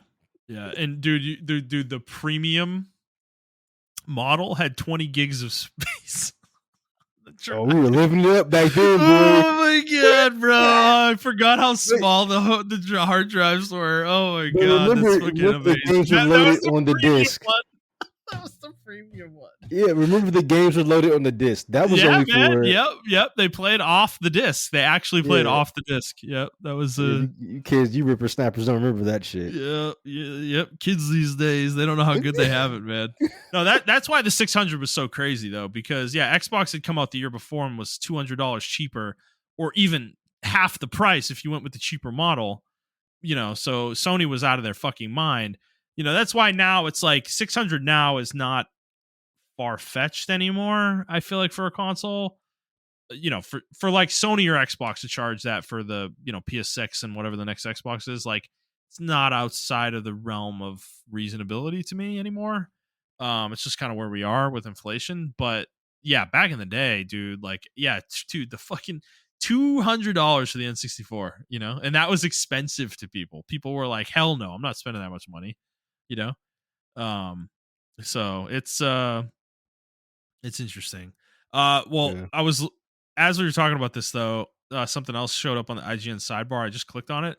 This just Mhm. happened today. Apparently IGN found out that the game that we thought was a pack-in game, the Oh, it's Welcome Tour, $10. Yeah, it's Nintendo Switch $10, 2 right? Welcome Tour, is apparently going to be $10. They're going to charge $10 for this fucking thing. Who is buying this? What do they think? Who do they think is buying this? Maybe this is just a company thing. Like, maybe this is just a thing. I mean, even though PlayStation didn't do this, but remember PlayStation got really cocky when they were like ahead Mm-hmm. and Mm-hmm. stuff like that. I mean, Mm-hmm. that's how we got the PS3. But Yeah. now Nintendo's like in their own lane. They're just like, whoa. Like everyone's trying to be the Apple of gaming, I feel like. And it's just And like it's gonna backfire on all of them. yeah. Yeah. Because dude, we can go play games anywhere. Okay. Like I don't know where, especially where Sony gets off with this. By the way, like because like majority of the games that are on their fucking console are on Steam. It's like so, especially now that they're putting their own games on Steam. So it's like they need to back off. Nintendo's makes a little bit more sense because they have such a curated experience, and it's like they do have a lot of first party games that are high quality more regularly, but they're still not. Dude, people are just gonna go somewhere else, ultimately. And the funny part about this is Reggie, who's hasn't been with Nintendo in years, but he retweeted a story of an interview that IGN did with him where he talked about fighting with Shigeru Miyamoto to get Wii Sports as a free pack-in for the Wii. And you remember how big of a deal that was, and how much that like rocketed the console's success initially back in the day. And like Yeah. they're really doing this now. Obviously, this isn't the same thing, right? This Welcome Tour is not Wii Sports, It in does have terms of sports stuff in it, I think, though. yeah. But I don't think it doesn't look as like I don't think people are going to be anywhere near as interested in this as Wii Sports, back in the day. But Yeah. still, the fact that you're charging for it, you like, why are you even releasing it? No one's going to buy this. Who's spending $10 on this? It's like charging $10 for a manual. Yeah. Like, what are you doing? I don't understand. Like, what are we doing here, Nintendo? Are they out of their mind? Like, I don't know. I just like they are smelling their own farts a little bit, you know? It definitely has that. Um it's definitely, I don't know. They definitely seem to be, maybe I'm the crazy one, maybe millions of people are gonna buy this stupid fucking thing, but I mean, they are. um I mean, that's there are people that still defending this online and everything like that. But there are going to be millions of people who buy this game, who defend this, and they're going to buy the Nintendo because they're shameless Nintendo heads, and they're going to do it or whatever. Um, I'm not spending $10 on it. I just YouTube this shit. I'm like, all right, how do I do this? All right, just YouTube it or fucking Google it or whatever the case may be. yeah. Um, but I don't know, man. Like, Yeah. I think all these game companies, especially Nintendo right now, they're really underselling what the tariffs are doing to the market and like people's mindset on the market and everything like that. Yeah. Um, like I said, it's so bad that even gamers are paying attention now to the markets and shit like that. So you can't pull this shit. This is not. Yeah, it's this is a whole different era now. We're not in like 2015 anymore, or 2018 or whatever the case may be. This is a new era, and you Yeah. gotta do what you gotta do, and not this though. Like this is crazy to me. Well, let me read a quote. So IGN did an interview with Nintendo of America's Vice President of Product and Player Experience. Bill Trinan is his name. Hmm. And this is what he had to say. So he said, quote, "There's more to Welcome Tour than it appears based on the showing during the Nintendo Direct and even during the hands-on opportunities the media had access to. Based on what's actually in the game, we decided $9.99 is not an exorbitant price. It's an interesting product. We're actually getting ready today. We're going to be doing some Nintendo Treehouse Live segments and covering a lot of the games in detail. That's one of them, and I think people will be able to see through Treehouse Live probably a little bit more maybe than you were able to see on the show floor. It's a pretty robust piece of software. There's a lot of great detail in there. For some people, I think there are people who are particularly interested in the tech and the specs of the system and things like that. For them, I think it's going to be a great product. It's really for people that want more information about the system rather than necessarily a quick intro into everything it does. And for that reason, and just the amount of care and work that the team put into it, I think it was decided that, yeah, this feels like $9.99 is not an exorbitant price. It feels like a good value for what you're getting out of the product. End quote. Like, what the fuck is he talking about? Like, Bro, okay.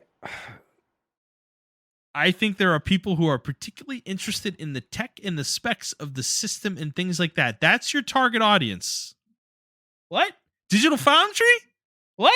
You're trying to sell this to Digital Foundry? Like, what are we talking about, bro? Like, I hate corporate talk.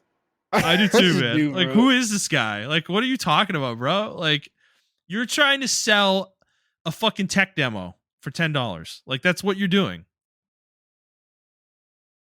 And if it's not a tech demo, don't position it like one and don't talk the way he's talking about it like one. Yeah, they showed it in Treehouse. I haven't seen any of that. Maybe it's more robust than we think, right? Maybe there's something really fun here. But it's like, that's not up to this point. Nothing I've seen or heard them say indicates that. So I don't know, man. I'm like, this is insane. I just think this is crazy. No, it is insane. I don't think it's like I said, Nintendo is just doing way too fucking much right now, man. Way too Yeah. fucking much. Yeah. Well, they're pushing the envelope everywhere in every direction, and it's all up. They're not doing anything for the consumer here, and especially, and this is my point, to our point earlier about the tariffs. If they just decide to not eat the cost of the tariffs and increase the price of the console in the US and Canada, like, GG, dude. Like, no one's gonna buy it. I don't know. No, I I don't know, man. agree. So we'll see. All right, let's move on, Montreal. We got a couple more stories to get through. One about Microsoft and Xbox. So Microsoft this week accidentally, or actually, this wasn't this week. This was a few weeks ago, but this caught my attention somehow through my feed, and I wanted to talk about it. So Microsoft published and pulled an Xbox UI mockup, and it had a tab for Steam games.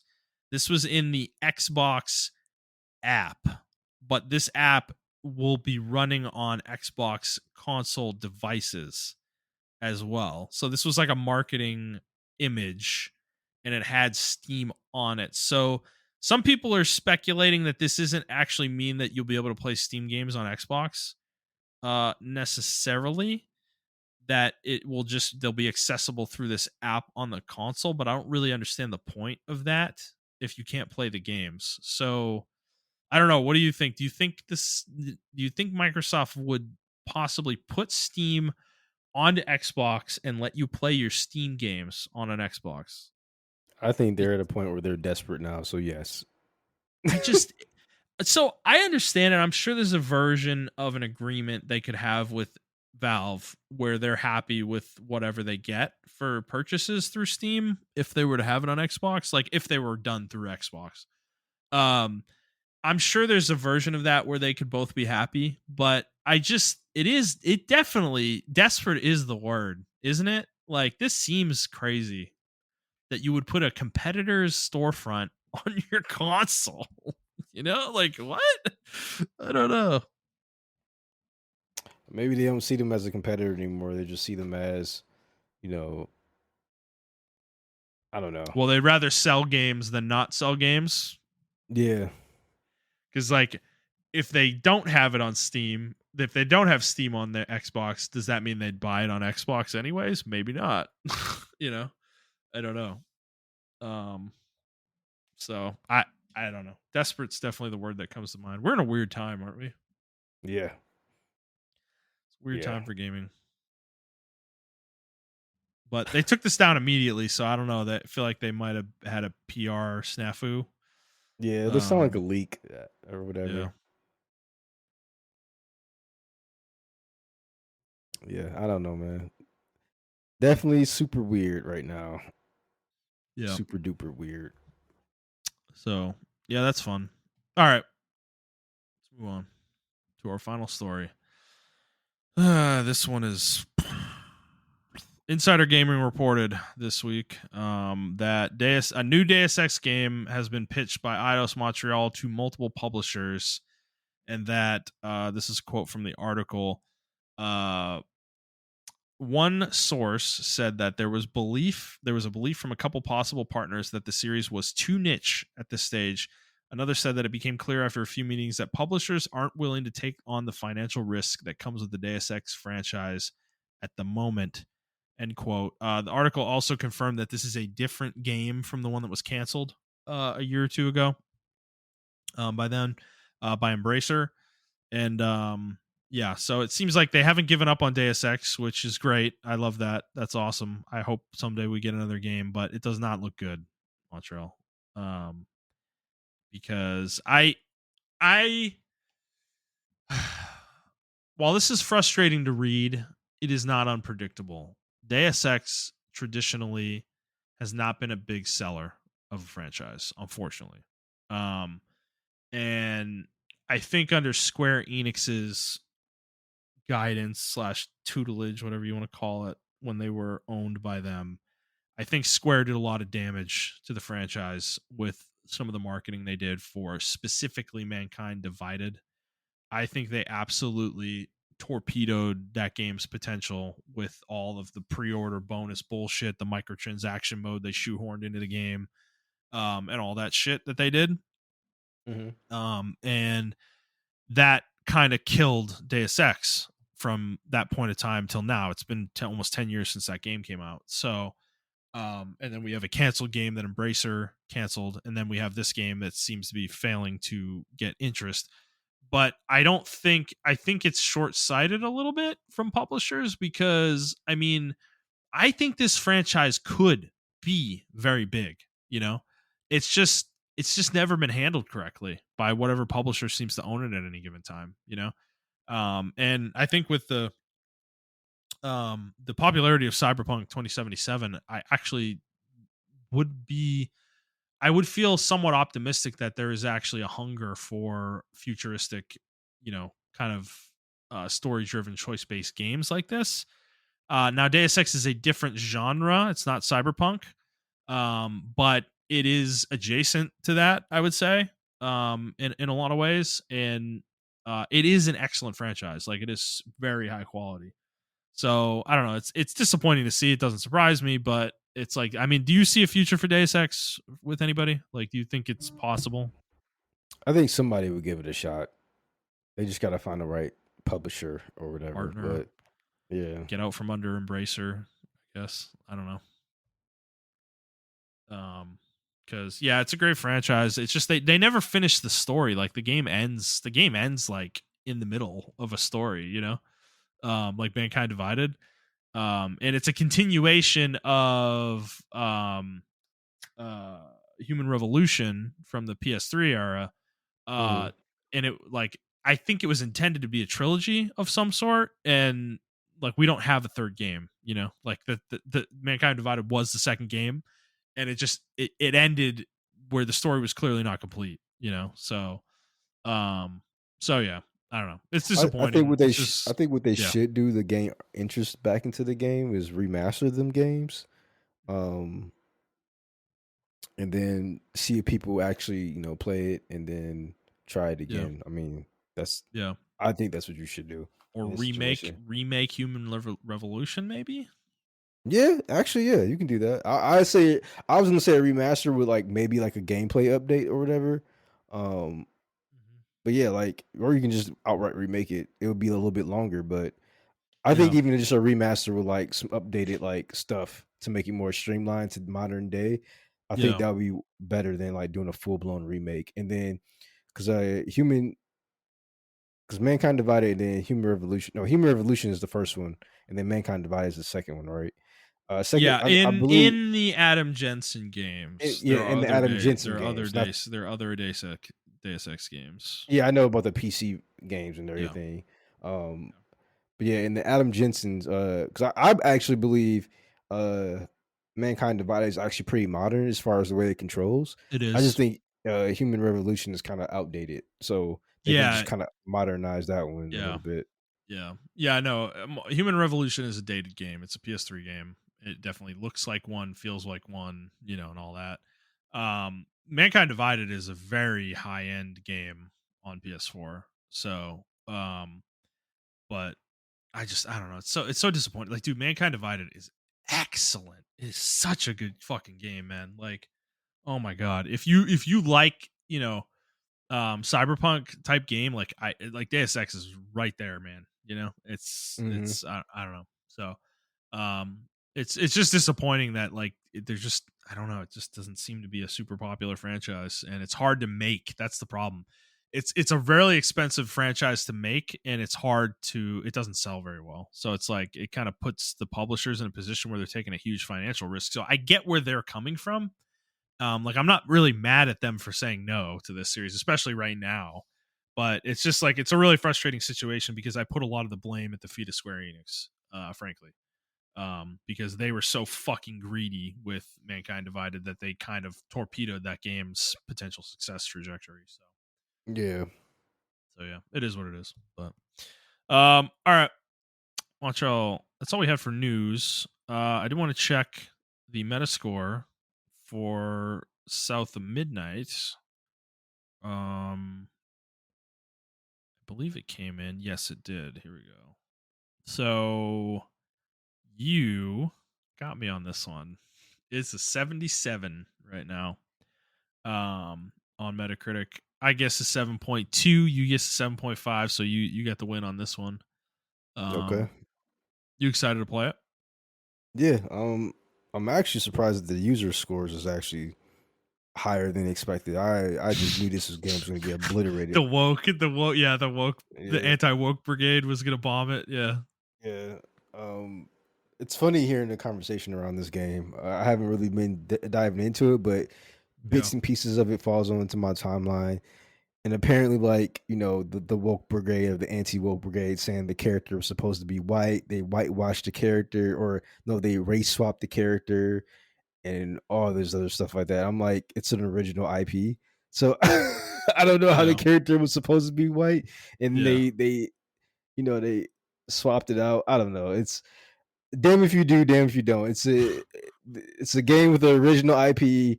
It didn't replace any white characters in the game. Uh, I don't know. It's just a weird phenomenon, which I think is why it has a 6.0 instead of like really low, because people can't really like get mad at the game for doing any kind of like race swapping or anything like that. It's just like an original IP with an original character and everything of that nature. So Yeah. it's Well, interesting. to be fair, actually, to people, at least on Metacritic, from what I'm seeing here, um, the reviews are not that. There's like only a couple people who are even mentioning anything related to whatever DEI or the game being woke or anything like that. It's mostly genuine criticism of the game. I think people this is what I hate about user scores is people like people are giving it a 1 and saying like it's a disappointing game, don't buy it. It's like, okay, but it's a 1? Like, do you know what a 1 is on the scale? Like, how insane is that, bro? You know, it's like, oh, the Yeah, game's not that fun. 1, you know, it's like a 1 there is was like one of only the worst games ever made, you know? yeah, and like from what I'm looking at least on the Xbox user reviews, I think that's the only console it's available on. Yeah. All I see is like one that says incredibly bland, boring, or not only, but incredibly bland, boring, Terrible writing, writing. terrible writing. It made Dragon Age Belgar look good. There's One, and one then guy in here. Well, hold on. Let me see. Yeah, here it is. South of Midnight. This guy gave it a 0. South of Midnight promises much but delivers a disappointing mess. Its art direction is questionable, blending dull textures with garish effects that clash awkwardly, while the character design, especially Hazel and the mythical creatures, is outright ugly, lacking charm or polish. So up to this point, this is, great. this is okay. It's Yeah, this is okay. an okay review. Then the Then last sentence. continue. Sweet Baby Inc.'s involvement drags the narrative into heavy-handed, preachy territory, squandering the potential of its southern folklore premise with cliched writing. The gameplay is a dull retread of overdone exploration and combat mechanics, offering nothing fresh or engaging. The only redeeming factor is the evocative soundtrack capturing the soul of the Deep South, but it's not enough to salvage this uninspired slog. So it's like you got like two ends, like bookending the review. This analysis is fine. It's just this one sentence about Sweet Baby Inc. Like, what, bro? What, what, what does it have to do with like? You have no idea how involved they were in the narrative. You know, it's like you're just assuming that their involvement made the narrative what it is. You know, it's like I don't understand why people like, and it makes me take your review completely unseriously at that point. It's like, Yeah, yeah, I I don't know. can deal with like a 3 or whatever, and you're giving me like really good criticism. But then I Yeah. kind of question when you put that Sweet Baby Ink shit in there, because I'm just like, is the game really bad? Like that's why it took me so long to like really look at and not and analyze Dragon Age Veilguard, because of all the stuff that was around it Yeah. and all um the stuff and or all the controversy. But then once I really sat back like weeks after the game, and like even when we talk about it Yeah. randomly today, I would agree. I'm like, yeah, it was kind of preachy and all this other stuff like that. Um, because I had a chance to analyze the game away from like all the buzz and everything of that nature. And the game was really weird in the stuff that it was trying to teach, or yeah, it was trying to teach you stuff. And it's like I don't really want to learn anything. I just want to play the game. Yeah. Don't And it preach was at me. Yeah. yeah, like it was really like, and then I just didn't really like the dialogue where it was just like, well, if he does this, then maybe you can do that, and then if then you can do that, and maybe you can do this. It's like, what is this like fucking HR fucking bullshit? Like, oh, conflict resolution bullshit. Like, get the fuck out Yeah. of here. Yeah. Like me punch somebody in the face or something. But I can, like I said, I can deal with that or whatever. But uh, I can't deal with like I just want really good criticism of games. I don't want you being mad because the game has a black person in it, and maybe you Yeah. don't mean that when you say "Sweet Baby Ink" or whatever, but that's what that side has made that argument to be. Yeah. So But like therefore, by I'm going to mentioning say yes. Sweet Baby at all, you've kind of revealed yourself to be like what is the equivalent of like a QAnon person in games, you know? Like Yeah, Sweet Baby Inc. has become this like otherworldly, you know, boogeyman with game writing that it's like the level of assumptions we're making about Sweet Baby Inc. and their involvement in games is out of control. It's like just because they're involved in a game doesn't mean the fucking story's woke. Like, yeah, maybe that results in that sometimes, but I think people are really overestimating how much power they have with the companies they work with. It's not like they're making the game, you know? Like they just offer a service that companies utilize from a consulting standpoint. They're not writing the story themselves, you know? So Yeah. I don't know. Like that whole all that shit is like way overblown for me personally. It's too much. So I don't know. I mean, obviously these are random people. Are we expecting like amazing professional analysis from them necessarily? No. But that's why like the user score on Metacritic is not very useful, or on any site really is generally speaking not very useful. I'd say the only place it can be useful that I found is Steam. Like that's really the one place where I actually do genuinely feel like people on Steam take the time to put some thought into their reviews on there. So it's usually been pretty good there, but it still happens there too though. Games get bombed and shit, and I think Valve's pretty good though about policing that. Like they'll remove reviews if they think it's in bad faith, and stuff like that on games. So yeah, I don't know. It's a thing, but yeah, the game, because the game is out. It came out 2 days ago on the Tuesday. So you said you think you're gonna play it tonight? Yeah, I bought it. I already downloaded it, so Okay, yeah, I think nice. I'm gonna play a little bit of it tonight. Okay, I'll be curious to hear your thoughts on it. Cool. Yeah, I stayed away from like a lot of reviews and stuff like that, so I am going to it with the fresh mindset. Yeah. And like I said, surprisingly, this game hasn't been as controversial as Dragon Age of Elgar, which I couldn't, unfortunately, I just couldn't fucking escape. Yeah. But this Yeah. game, I drowned out a lot of stuff, so I can just go into it with the fresh mindset and everything. Yeah. All right. Fair enough. Well, that's all we got today, Montrell. Is there anything else you want to talk about before we head out? Nope, that's it. All right. Well, guys, if you like this episode, please like the show, review the show, and subscribe to the show whenever feed you're listening to it on, and subscribe to us on YouTube.